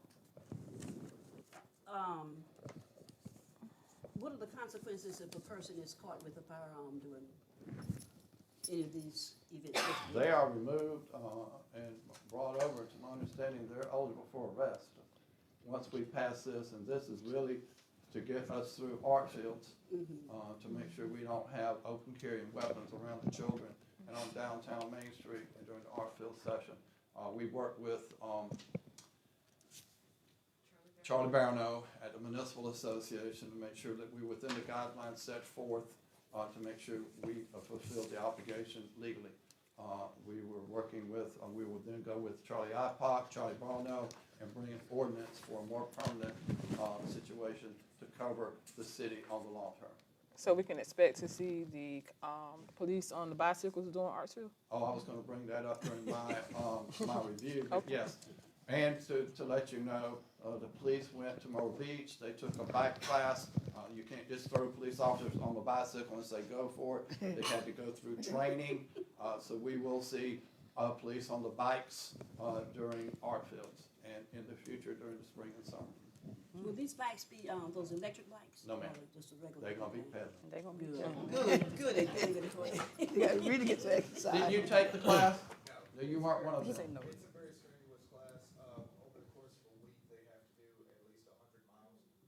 So they have to know how to carry bicycles. They have to perform maintenance bicycles. They have all sorts of different things. As well as carrying a pack for the first aid and stuff as well. Ooh, I never Well, passed how many that. of our officers were Three. strenuously trained? Three. Who were they? I'm not sure which three. Officers Settles, Clamp, and Parker. Correct. Did they lose any weight? Okay. I'm just curious, you said 100 miles in a week. Yes, it's 100 miles a week. They split it into several different courses. 20 miles one day, 30 miles the next. No pun intended, I don't even know who they are. You know, I don't know their size, you know, so I'm just thinking, 100 miles in a week. You got something? They're real toned. With this resolution here, this is not going to interfere. It'll keep the city clear of the Second Amendment rights and all that good stuff. We're not trying to interfere with anything, we just want to keep our community during art field safe, and we'll address the city properties on the long term when we bring an ordinance. But we're not trying to keep them from carrying their weapons. It's not on city property. This resolution is coming before us tonight for up ahead of art fields, but like the city administrator stated, that we will be putting an ordinance in place for other events as well.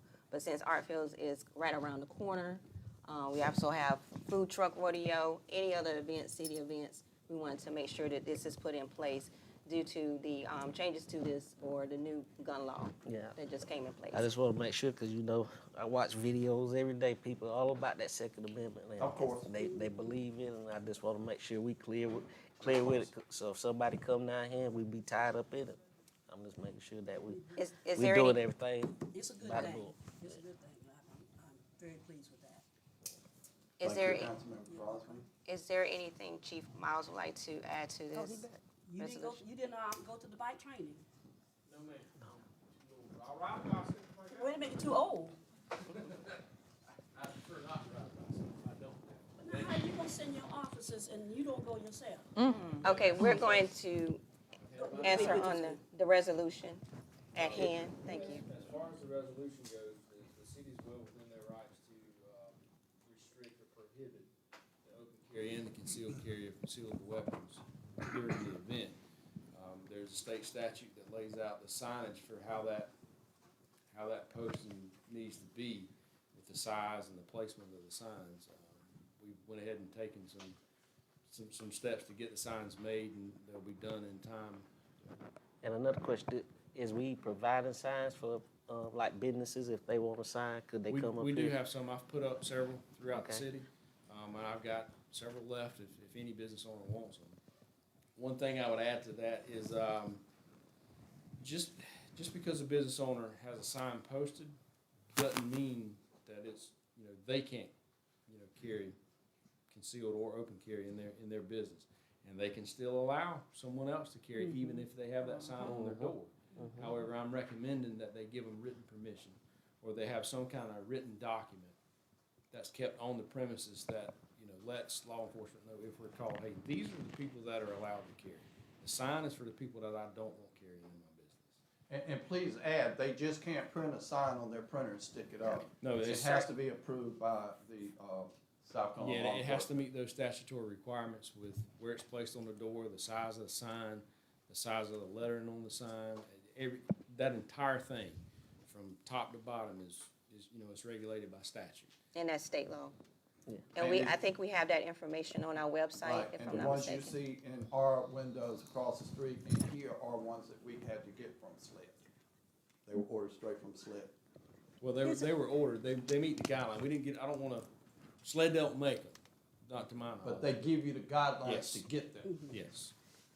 You think it's possible or necessary for them to be placed in the community? I think you're getting into the weeds on that a little bit legally. That's more of an attorney question. And I think that goes back to what Councilmember Brown brings Yeah, up with the that Second Second Amendment. Amendment, you can't. We're only concerned with the city property and the downtown area where we're having city events. City events. One of my main concerns with it was, let's say I'm not participating in Artsfield, or I'm not, I'm just simply, I'm out for a stroll, and I want to exercise my right to carry my weapon on my side. Then what happens if I get approached by law enforcement, I'm walking down Main Street? That was a question that I had to have answered myself. That's the question I'm asking. And during, from the answer that I have right now, and it could change, but right now, is during that event, if it's appropriately posted, and during that event only, the city can prohibit it. Okay. Now, with that being said, if I'm a business owner and I own that property, then that business owner can still have a firearm in their business. We can't restrict that. Okay. Thank you, Chief. You're welcome. Any other questions, council? If none, all in favor? Thank you. Mayor and council. Mayor and council, for your consideration, resolution number 2024.017, final reading. A resolution approving the City of Lake City's policy for advertising rates for the theater park LED signage that got placed on Main Street. When we originally presented this on our capital request, we originally stated we could also use it for advertisement for local businesses and whatnot. As also with the city's advertisement and information for the community. In this package, they have outlined the details for the rate structure. We will not be doing the ad for the businesses. They will have to submit that ad in the details set forth in the policy to be placed on the sign. Okay. Need a motion to approve resolution 2024.017 for final reading. Move to approve. Second. It has been properly moved in second. Any questions, council? If none, all in favor, show of hands. Thank you. Thank you, Mayor and Council. Mayor and Council, for your consideration, resolution 2024.018, final reading, resolution for the City of Lake City, South Carolina, seeking approval to change the date for the Tuesday, November 12th, 2024, regular council meeting to Thursday, November 7th, 2024, and all matters related thereto. Need a motion to approve resolution 2024.018 for final reading. Move to approve. Second. It has been properly moved in second. Any questions, council? If none, all in favor, show of hands. Thank you. Mayor and Council, that's all I have for the ordinance resolutions. The next thing I have on the list is the financial report for May 2024. The city's year-to-date in revenue, $6,162,000, 60% of the budget. And again, revenues, we have taxes that come in the rears. Expenditures is $6,000,003, $6,000,007. That's 66% of the budget. We overspent our revenues $590,000. The water fund revenues are $1,377,000. The expenditures are $1,427,000. That's $49,000 overspent on the water. I will also say we have revenues that's yet to be reported there because our meeting this month is a little bit earlier than what the other months have been. So we have revenues that have not been posted at the time of this document being prepared. Same thing in the sewer area. Revenues are at 2,292, 60% of the budget. Expenditures at 2,590, 297,000 overspent. We have in the stormwater, we had revenues of 158.9, expenses of 37.5. We have a surplus of 121,444. In the reserve account for water, we have a year-to-date of 55,003. In the sewer reserve, it's 54.1. Mayor and Council, for your consideration, I present to you April 9th bills number 1 through 8 for your consideration for payment. Need a motion to approve bills items 1 through 8 for April 9th, 2024.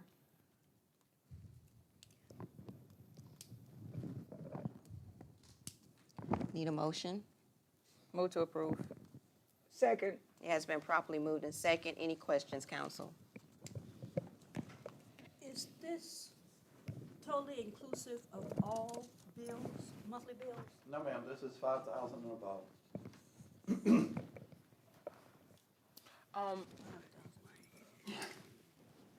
We put a check register on the website every month after the month ends. That shows every bill that we paid during the particular month. That 75, how much was it? 75 grand for the sewer? That's the one at Carver and Floyd Street. Ricky. That's the, That's sewer here in Carver and Floyd intersection.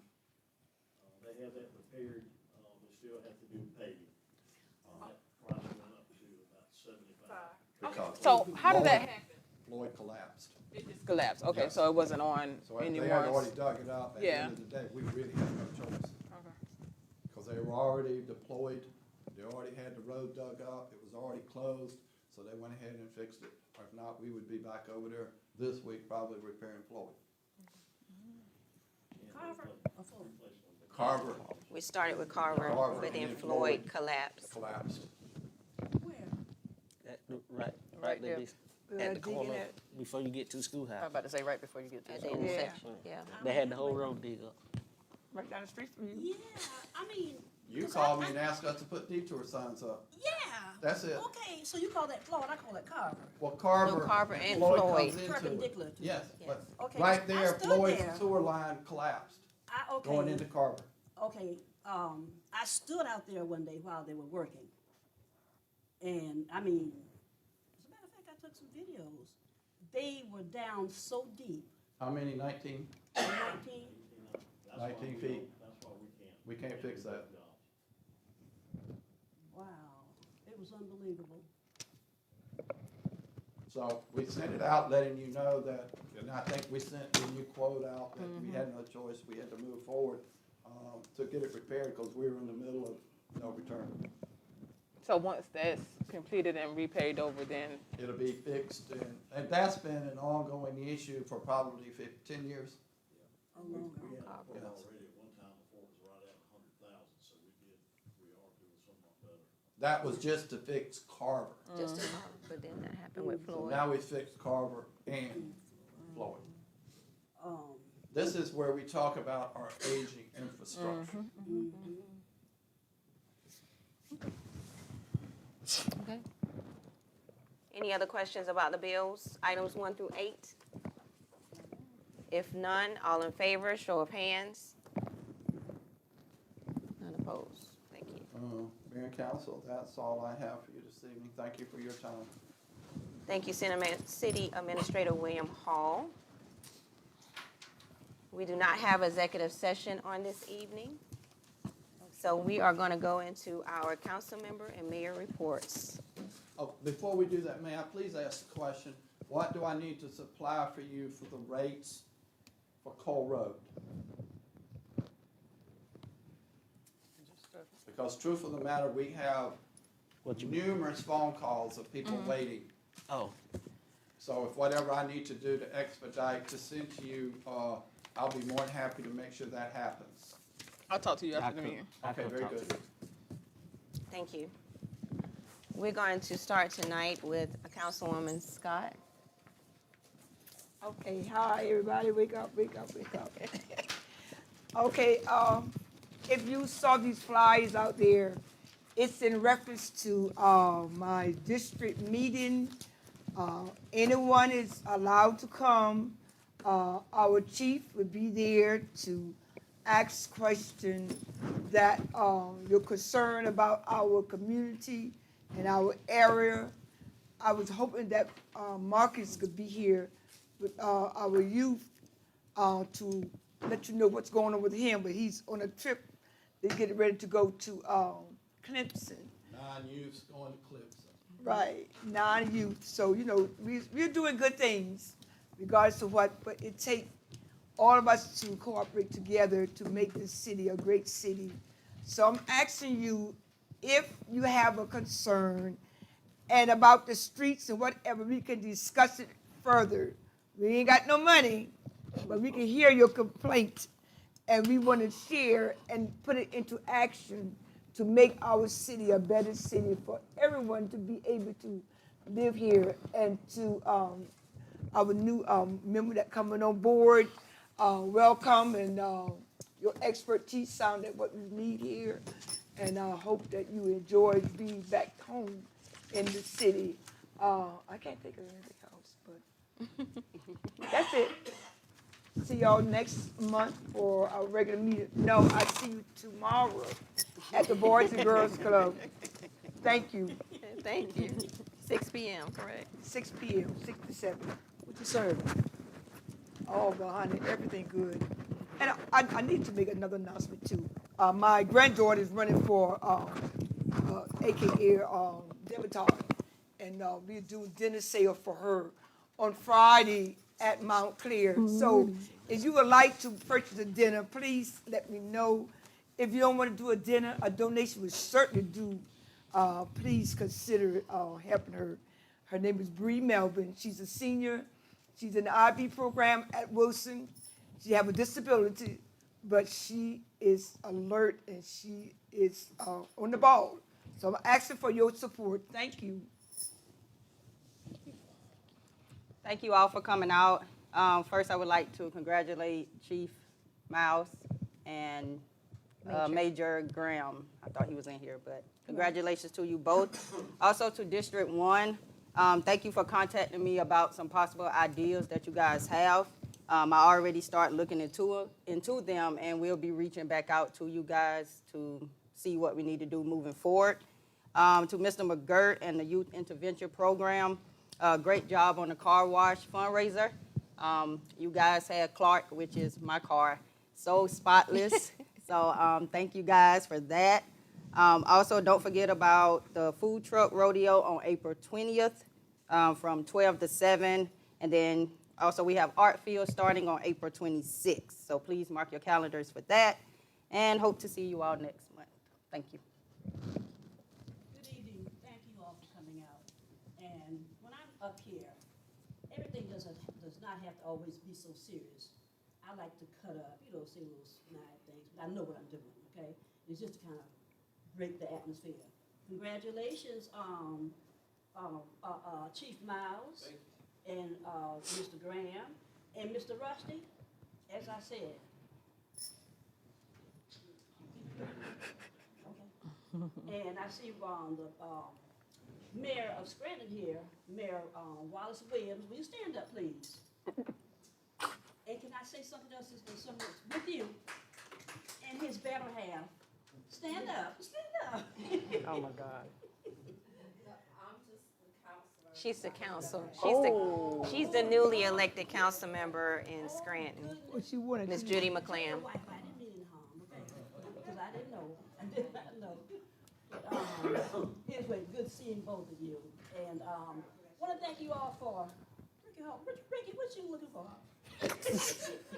Thank you all for coming. I love to have fun and cut up. And if it offends anyone, please let me know. Because I am a for real person, and but I can be very serious in this meeting.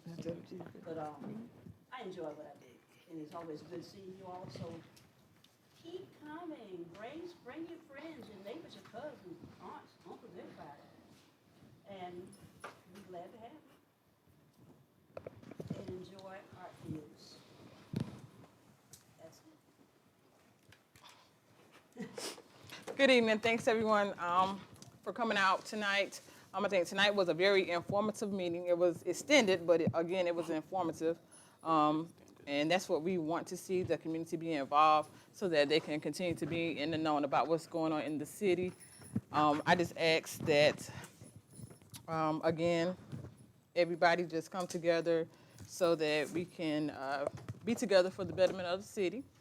Congratulations to Chief Miles on your new endeavor as being Chief of Police of Lake City.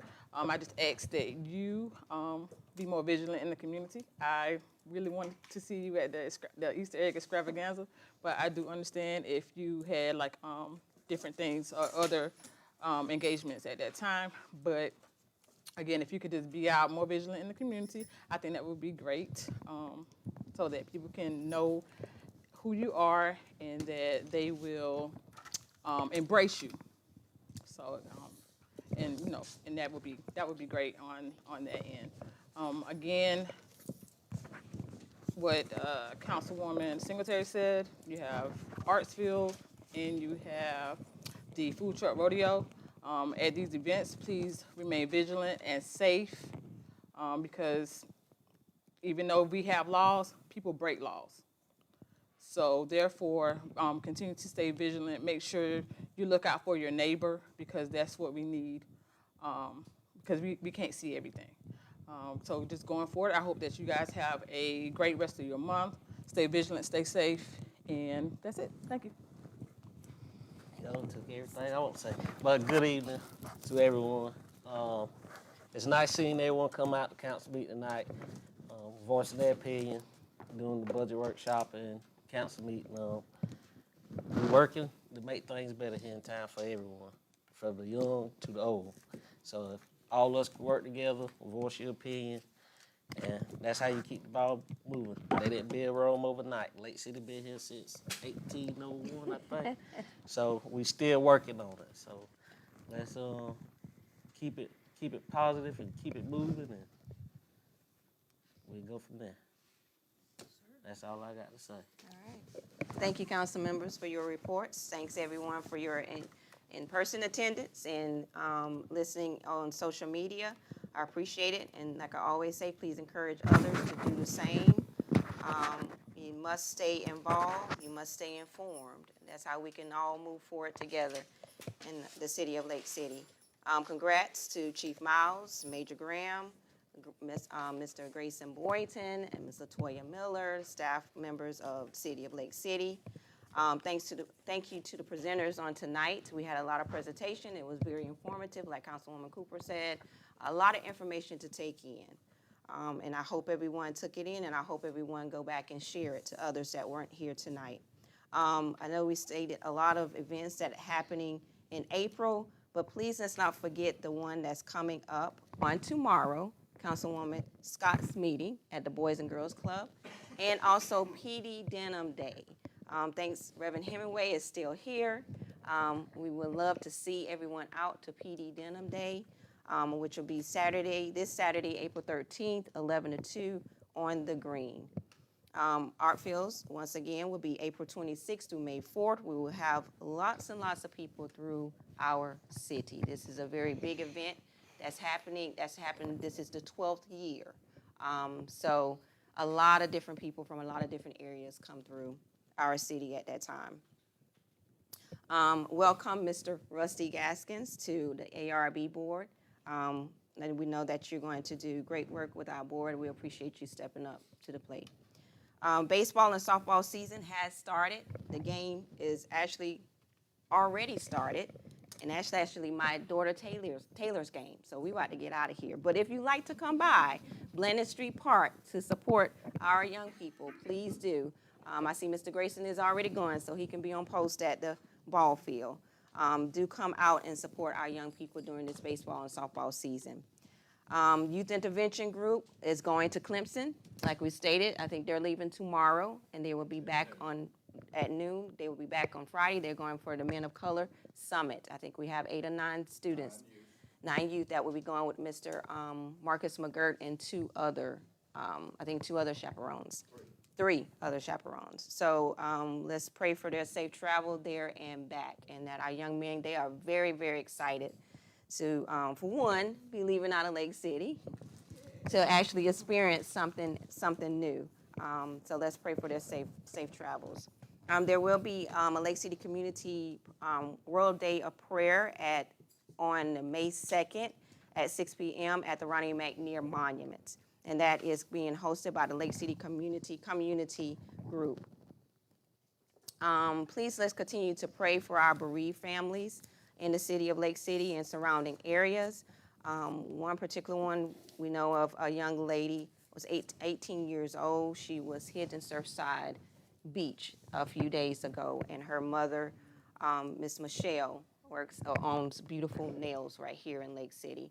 I've seen the balloons at the shop. If you would like to go and play some, just to show how together our community can come together and be in prayer for a family here that has been struck so tragically. Last but not least, I must take this time to congratulate the #1 women's basketball team in the nation, Gamecocks, Lady Gamecocks. Congrats to them, and I appreciate everyone for coming out tonight, for staying, for listening, and anything that you have that you may need to bring that you did not bring tonight and would like to know more of.